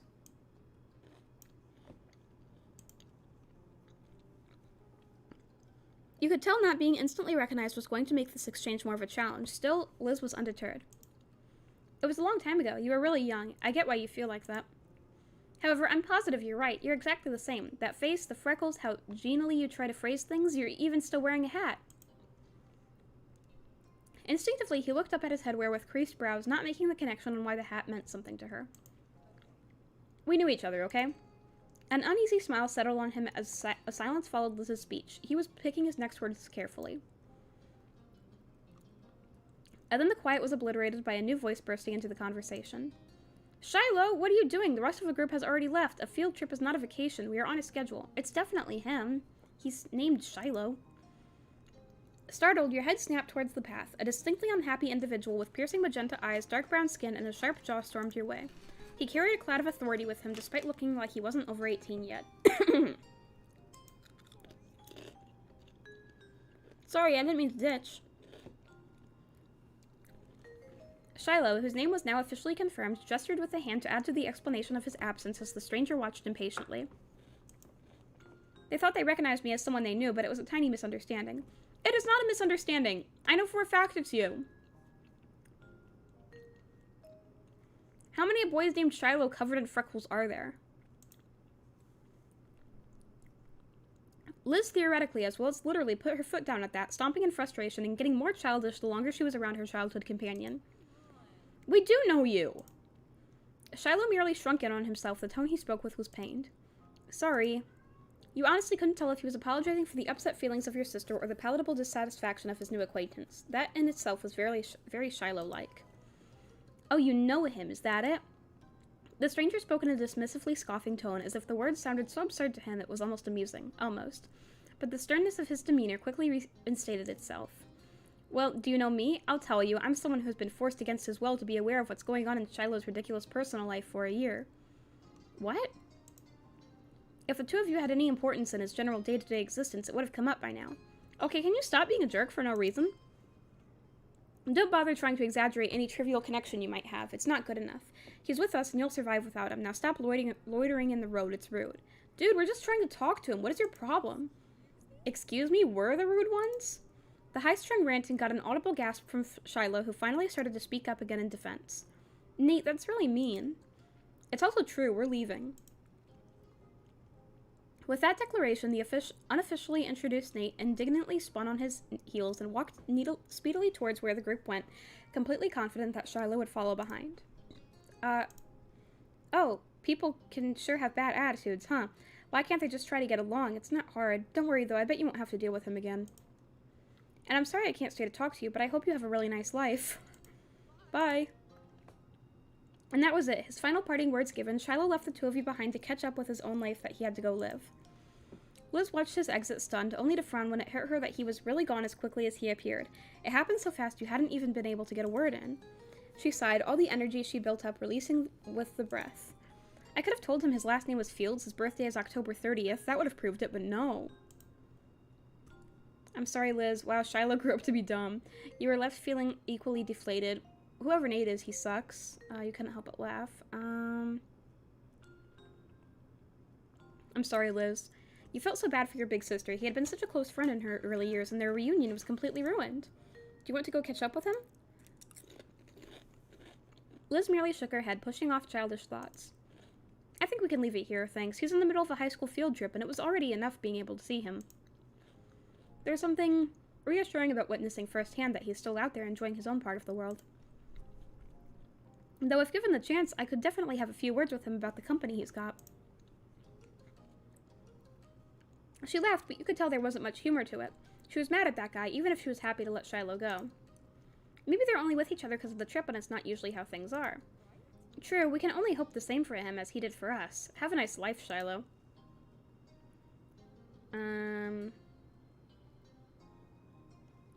Yeah, have a good life. Liz smiled at you. It had the self-confidence you knew so well from her. Come on, little baby sister. Let's finish our own trip. Yeah. No matter how either of you really felt about the occurrence, it was something you simply had to accept. People you know just disappear and reappear in the most unexpected ways. The two of you enjoyed what remained of your outing until it was time to return home. By the time you arrived back, the sun was already beginning to set. You arched your back as you stretched your arms towards the ceiling. While it had been a good day, it had enough activity to cover an entire week. Liz tried to hide a yawn behind her hands. You weren't the only one feeling worn out. I'll be heading up to your room. I mean, the guest room, since mine stopped being available as soon as I was out the door. Her tone was light. She'd had quite a lot to say on the subject when you'd first taken over her bigger room after she left for college, but there had been many trips back home for her since then. The room hasn't been hers for years. It was more of a running joke now that she continued to bring the topic up to this day.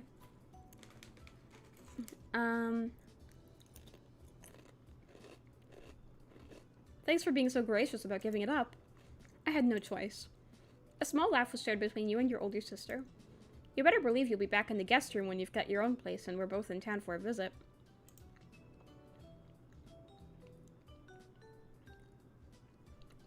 Uh-huh, sure. Your sarcasm won't save you here. I'm taking that as an agreement. She flashed her familiar grin, and you couldn't help but feel glad she was back around, even if it was temporary. With that, she plodded off to the spare room. You were ready to do the same. Moving into a new space was your first opportunity to decorate from scratch. Whoa! I can design my room? Oh, boy! Now this is interesting.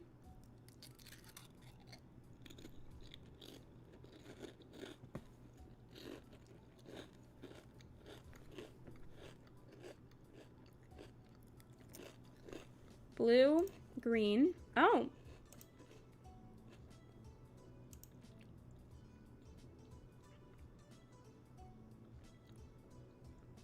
Purple. Ooh. Yellow.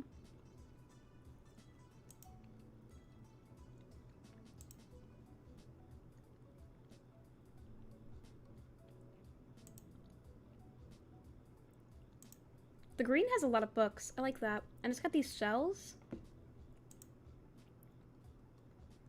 The purple has some books too. And it's got what looks like perfume. I'm going with purple, of course, because that's the prettiest color. I like that there's storage space under the bed.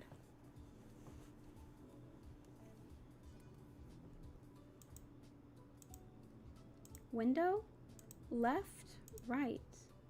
Oh. Oh. Books, plant, plants, nothing. I want to go with the books. Shell, plant, stuffed animals. I want stuffed animals. I like stuffed animals. I like books and stuffed animals. Walls, left. Oh, shark. Gargura. Yeah, let's put up Gargura. Back. Oh. Oh. Lights. Oh, I like the lights. Okay, it looks like I can do that. Yeah, the lights and the shark. Floor, middle. It's a little table with books on it. A guitar. Right. What are the extras?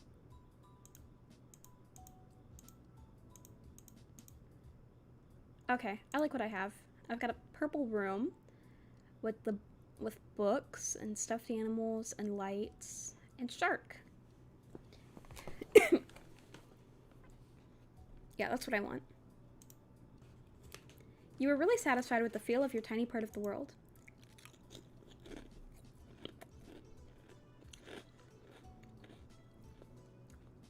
As your thoughts drifted, you tried to bite down another yawn.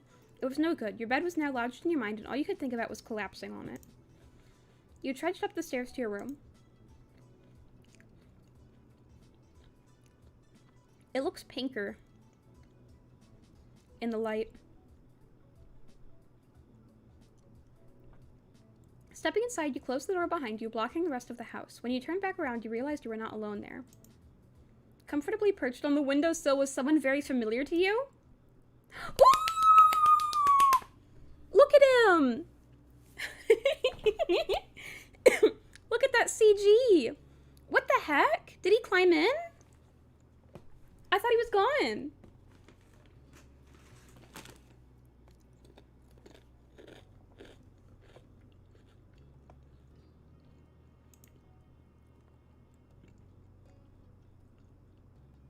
The shock knocked all the words out of you. Surprise? That looks kind of creepy. His tone was easy and relaxed. It certainly was a surprise. You hadn't expected him to be within the state, never mind your own house. He hadn't answered how you he had suddenly just appeared back in Sunset Bird, though to be fair, you'd been too astounded to actually ask the question. Thankfully, Cove took the hint from your stunned expression and began to explain. I got in about 15 minutes ago. No one was home, so I figured I'd come in the usual way. The window. A small smile had formed on his face. You were still staring at him, unable to blink in case he disappeared. You could still barely believe that he was really there, a mere feet away from you. I left my bags in your backyard. I hope that's all right. That was when you truly understood. Cove had come straight to you upon getting back to town. You were his first port of call, taking precedence above all else. Wow. Even though you hadn't been in when he called, Cove had ensured that he'd see you at the earliest opportunity, rather than allowing his plans to change. You laughed. The realization made you bashful. You shook your head at his antics. You stayed frozen, the shock yet to melt away. You walked over to join him. You ran to Cove. You ran to Cove! Every second away from him was a moment too long. As you approached, Cove quickly hopped from the windowsill to meet you. You're too crazy. I'm so glad you're here. I missed you. Trouble's back in town. I can't believe my eyes. It's the most amazing man in the world. You didn't need to say anything. I missed you. You ruffled his hair. You wrapped him in a gentle embrace. You pulled him in a bone-crushing hug. You jumped into his arms. You smiled at him. You kissed him.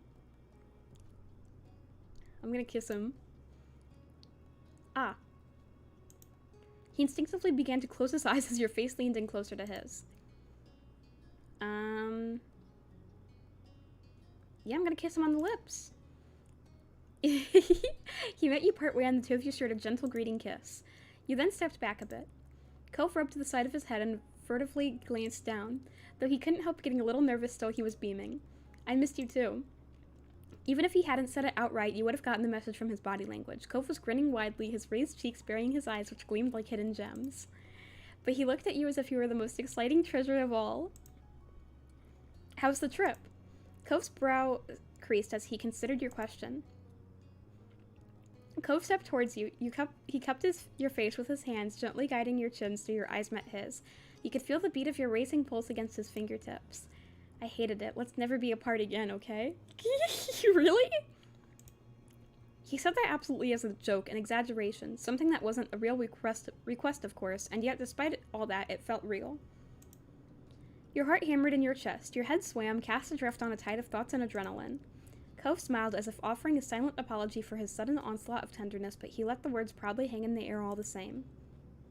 Cove told you about how his trip back had gone, soon you'd even recovered enough to actually listen. His mom was doing really well. She had a project in the works that she was really thrilled about. As a result, Cove was going to be sticking around in Sunset Bird for the time being. Things were settled as much as they could ever be. With Cove back once more, you felt at ease.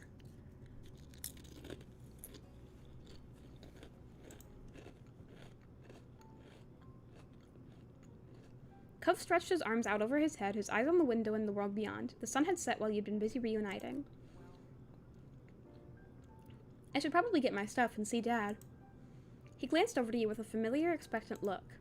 Want to come with me? You know I do. Cool. Cove began to head to your bedroom door. You insisted on a piggyback ride. No, I'm gonna follow after him. The two of you casually went down to the ground floor of your house. In all the excitement of Cove's return, you hadn't even remembered the gift you'd prepared for when he got back. It would be best to give it to him now before he left your house. Can you wait here for a little while? I got something for you. Cove tilted his head, intrigued. Really? You nodded with some eagerness, trying to imagine how he'd react when he actually saw it.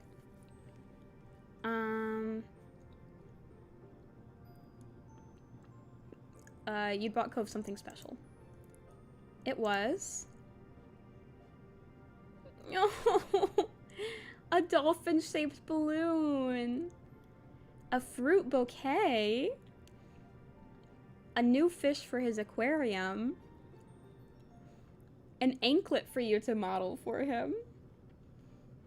Oh my goodness.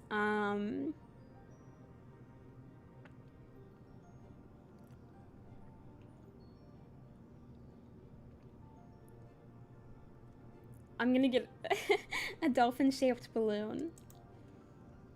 You ran to the closet where you'd stashed the unwieldy animal-shaped balloon, preventing it from floating away. You guided it out like a prized seahorse from a stable, the string acting as the reins for the dolphin steed, and headed back to Cove. You were careful, analyzing your surroundings for anything the balloon could be pierced by. It'd be awful, if somewhat ironic, if the new balloon met the same fate as its predecessor. I hope he likes it. Cove stared at the floating creature as you approached, his lips parted as he seemed lost in the burrows of his mind. You could practically see flashbacks of childhood days flickering across his face. Then his eyes lit up, his mouth turning into a smile as the connection fully clicked for him. But the initial look of kiddish giddiness quickly softened into a more mature expression. What did I do to make you care so much about me? The question was genuine, though you wondered how he could ask that with such fondness and not have his answer. How could you not care for a man like that? You struggled with how to put that into words, settling for passing the balloon to its rightful owner. A couple of innocent giggles escaped from Cove as he took hold of the string. He stared up at the balloon, the dolphin, awed. I remember that time. We were 8. I'd gotten a dolphin balloon like this. It was thanks to you back then, too. We'd started talking about names, then I crushed it and it popped. You know, for most people that'd just be a funny story, something to joke about, but I have someone who thinks so much about me that they wanted to make it better even years later. He finally looked back at you, his eyes glossy but his smile white and tender. Is he crying? Did that make him cry? If he cries, I'm gonna cry. Oh my god, is he crying? Oh, he turned and tied the balloon loosely to a cabinet handle. Cove looked up at the balloon with adoration. His eyes were brighter than usual. Oh my god, look at him! Though his face was angled away from you, you caught his eyelashes fluttering as if batting away tears. His throat bobbed as he swallowed bubbling emotions. Oh my gosh, Cove! You knew that Cove could be sentimental. The gift and all the memories and feelings tied up in it seemed to have taken a toll on him. When he began to sniffle, you felt the need to reach out. Cove? I can't. Samantha, I don't know what to do. He forcefully scrubbed at his eyes like he was trying to push the tears that threatened to spill back in. Oh, Cove, it's okay. Do you need to cry? No. Oh, look at the tears. Look at him. Look at him crying. Nevertheless, tears had begun to spill down his cheeks. Even as he wiped them away, more took their place. Aww. Thank you. Aww. His voice quavered as he spoke. Oh my god, I'm literally crying now. I am literally crying.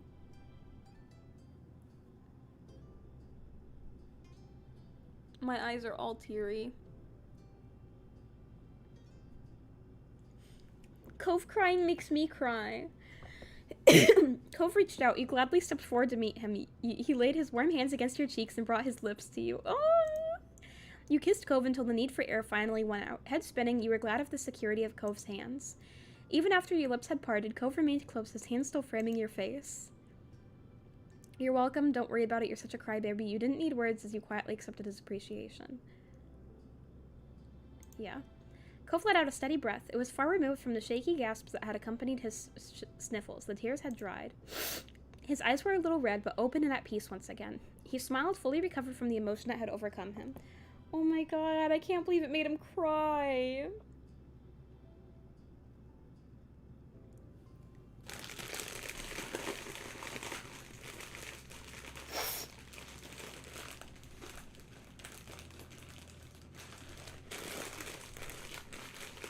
Cove is so cute. Oh my god.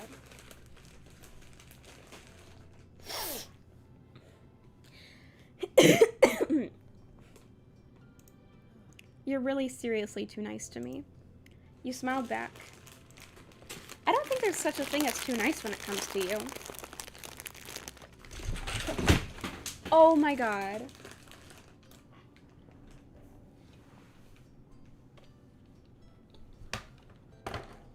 Percy fell off the table and knocked over a keyboard.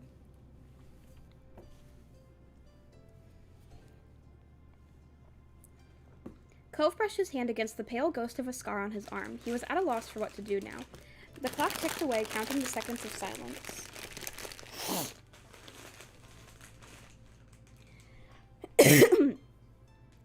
What did you do? Are you talking about the crash? That was Percy, not me.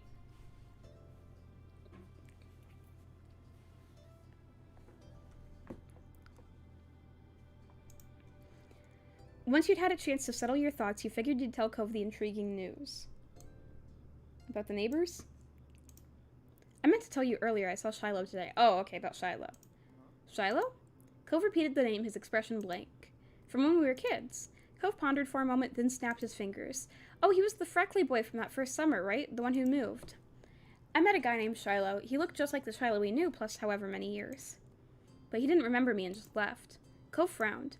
That's, I don't know. Too bad I missed it. Though you knew him better than I did. That was definitely true. Not only had Cove known Shiloh for a shorter period of time, but he and Shiloh had never quite gotten along. Not that they were enemies either, just kids who were only ever together because of other people they both knew. I wonder what Shiloh's up to these days. I don't have any idea. He didn't say much. Oh well. That was everything you had on that news item, so you moved on to the next big update. Also, you know the mean old neighbors, the ones who would always yell at us? He cringed. Recalling those particular memories of back in the day was not pleasant even for someone as nostalgic as him. Yeah? They're not coming. They didn't rent the condo this summer. Cove's jaw dropped. You didn't blame him. The elderly couple had been in an institution for as far back as you could remember, long predating Cove's arrival. Even now, as a teenager, you found your neck pricking as you walked by their condo, half expecting a scolding for breathing the wrong way in the vicinity of their vacation home. It was strange to think of that coming to an end. Wow. Cove blinked, clearly struggling with the idea in the same way you had. I didn't see that coming. People being gone, people coming back. It feels like I've missed a lot. This has been a busy summer already. Well, you haven't missed the fireflies. They haven't shown up yet. Well, that's something, and we'd better not get left behind. There's still stuff to do. You nodded. The two of you headed out and traced the most familiar path you'd ever walked, the trip across the road over to Cove's house. It seemed that no sooner had the night begun than it was already at an end, and the dawn of a new day was soon upon you. The next morning, your belly was full of breakfast, and you were in a pleasant mood. You hoped the rest of the day followed suit. Later, you were meeting up with your friends Cove, Miranda, and Terry to go into town. It was all on short notice, but that was because everyone was just so excited that Cove was finally back home. Having a nice daydream? You blinked, pushing all your thoughts away and returning to reality. Your mom was watching you with a teasing smile. So what's on the agenda today? I'm meeting up with some people. Well, I hope you and your friends have fun. Don't get into too much trouble. She winked at you. You knew both of your moms wanted you to enjoy every bit of this summer before all the big changes started. I'll try. But before you go gallivanting around the town, could you bring the mail in? I'm finishing up putting the dishes away over here. All right. Thanks very much. As soon as you were outside the front door, you couldn't help but see Cove and his dad standing out around in the road. They noticed you too. Hey there, Samantha. Hi, good timing. You should come join us. Oh, I thought this was with Cove's dad. I was like, what? I'm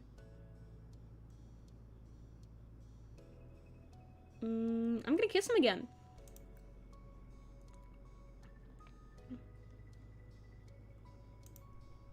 Cove welcomed you as you stepped closer. You cupped the side of his face with one hand, staring into his eyes, and went up on your tiptoes, leaning in. He met you halfway, placing a hand on your lower back, and brought you in even closer. It was quicker than you wanted it to be, especially now that you were getting lost in the moment. Your hand slid from his cheek to his chest when you parted. His lips pulled into a satisfied smile, and he looked at you with stars in his eyes. You noticed Mr. Holden was taking in the scene of you and Cove with a self-satisfied smile. Cove followed your line of sight and shot his dad an unimpressed look. For a moment, Mr. Holden seemed like he had a thought dancing on the tip of his tongue, but he decided to keep it to himself. So, what are you up to today? As far as I know, nothing too much. Me and Cove are meeting some friends in town later. It sounds like a plan to me. Yawning, Mr. Holden stretched his arms over his head. Whoop. My boy and I have just been waiting around to see what the new neighbors are like. It was definitely his idea. I don't know how you're not interested in this. It's big news. Besides, it'd only be polite to greet the new folks in town. Maybe it'll be a single dad and his son. You've been here too long if seeing a new person rent a condo is what you consider an exciting development. Yes, I'm dying to see the newcomers. Your response was just a shrug. I don't want to meet them. Well, anyone has to be better than the last tenants. I'm gonna say that one. Percy, do you have anything you want to say into the microphone? No? Okay. I don't know. That house could be cursed, and we could keep getting ones that are progressively worse. He cracked a cheeky grin at his own joke. You could tell Mr. Holden was looking at the empty house, thinking about the nightmare that was the last tenants. He chuckled, turning to Cove. But that would be horrible, knock on wood. Mr. Holden took one more glance at the currently vacant building and sighed dramatically. When he turned back to you and Cove, his whole body seemed deflated. There's no sign of them, and I still need to head over to work soon. Cove gave his dad a few reassuring pats on the back. Okay, I promise to keep an eye out. I can text you if anything happens. Really? Yeah, of course. Well, I mean, only until I have to meet up with Terry and Miranda. Would that still work? With a wide grin breaking out on his face, Mr. Holden looked absolutely thrilled to have his nosiness enabled. That works. He moved to firmly place both hands over Cove's shoulders, fixing his child with a firm stare. Son, you are my true ally in this world. Mr. Holden stood up straighter, letting Cove go. He looked reinvigorated. Okay, with that settled, I'll go make some money. That's always been the one thing I do best. Mr. Holden headed off to the garage with a big wave goodbye. Cove smiled the whole time you both watched his dad leave. You really liked Mr. Holden. You had for a long time. As soon as he was out of sight, Cove sighed lightly. Are you okay? Yeah, just not looking forward to waiting. Guess I'll be hanging around the street a while.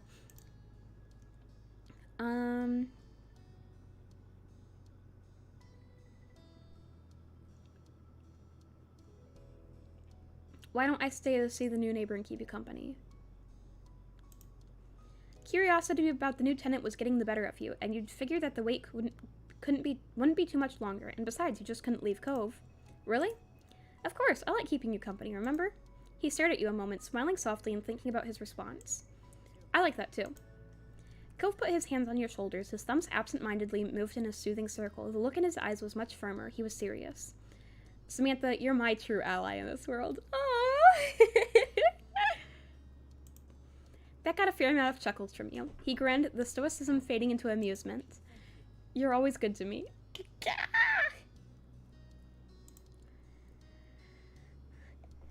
You're lucky to have me. It's no problem. I can't help myself. You laughed, you shook your head, you simply shrugged.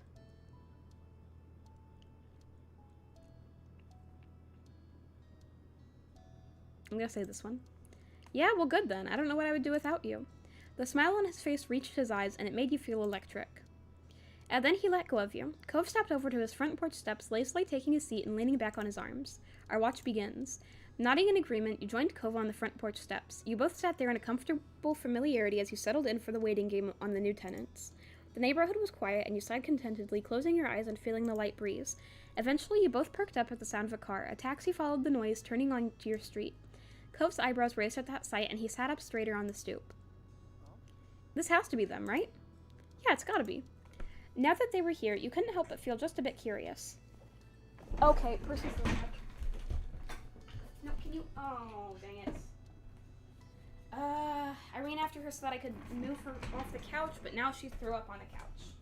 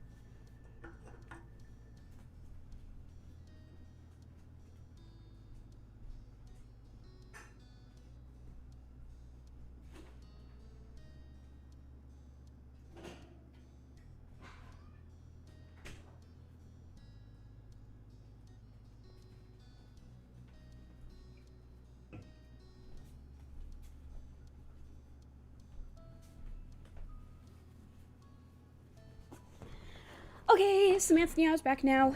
Mrs. Girl, interesting name. Yo, Mrs. Girl, what is up? Wait, are they new in your gym? Yes? They were online. Oh, cool. A while ago. Yeah. Question marks?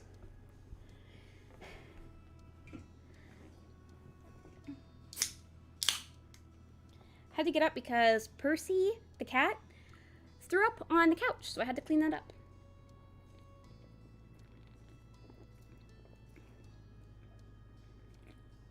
I got a Diet Coke.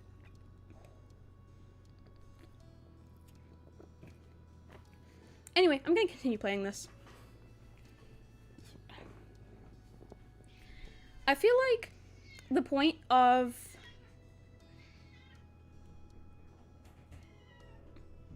I feel like the point of this game isn't to...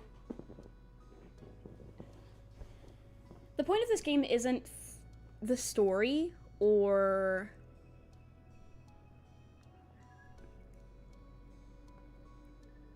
Yeah, the point of this game isn't to have a story or...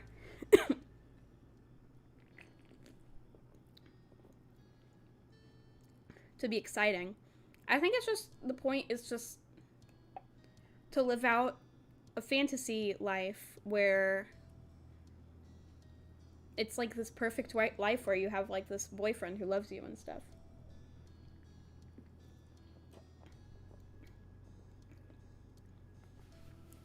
So yeah, I think the point of this game is just to imagine that you have a perfect life. That's what I think this is. I don't know.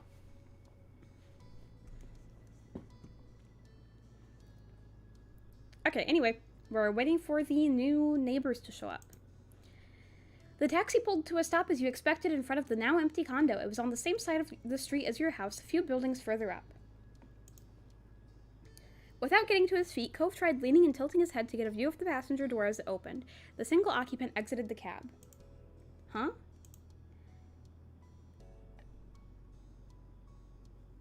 could feel what Cove was in that moment. After the last renters, this new visitor was definitely not exactly what you'd expected. Okay. I will give you 200 subs. Hey, I'm Epic, you're back. Okay, go ahead and do that. What am I at now? Did I go up from 197? Because I think last I checked it was 197. Oh my god, I forgot my title and thumbnail were that. Whoa, 198. Nice. Just need 2 more. Okay, yeah, now I understand where the question marks came from. Yeah, the title and thumbnail just look like that because we're actually just playing Art Life.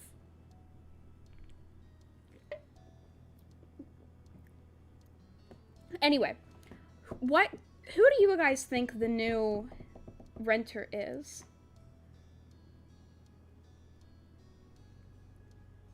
My guess it's just one person. It's not a family. And so my guess is that it's Cove's mom. That's my guess. It's Cove's mom. Because my other guesses are, like, people who would be too young to rent by themselves. Like, Jeremy or whatever, but no. I think it's Cove's mom. That's my bet. Do you guys have any guesses? I think it's Cove's mom. Let's see. If it is Cove's mom, that's pretty crazy. Because that would mean... I mean, that would be really good, but it would also mean that, like, she decided to move all the way back here.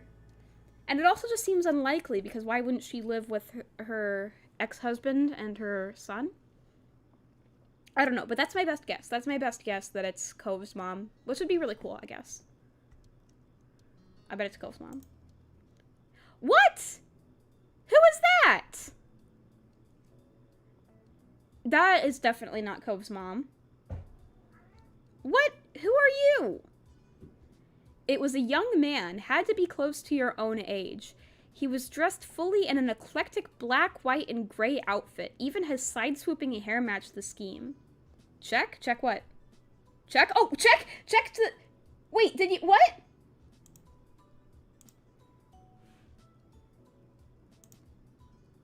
How did you do that? How did you do that? How? Who subscribed? Faye, guess what? Jesus, what? Dude, wow. Congrats. Thank you, everyone! Thank you! Air horn noises. Indeed, I agree. Air horn noises. Yay! Dude, that guy's ugly. Yeah, I know. Look at him. I was freaking out over this guy, and then all of a sudden people go, check, check, check, and I'm like, what about check? Yeah. How ugly this guy is. I subbed from 3 accounts. That sounds like cheating. That sounds like cheating. But I will pass it. I will let that slide. Although that does seem like cheating. Alright, well, congrats. I'm probably gonna go to sleep now. Okay. Good night. Good night. I'll try not to wake you up. I can't really hear you from up there. Oh, good. Yeah, that seems like cheating, I am epic, but I'll take it. I'll take it. Because, you know what? Sure, whatever. I mean...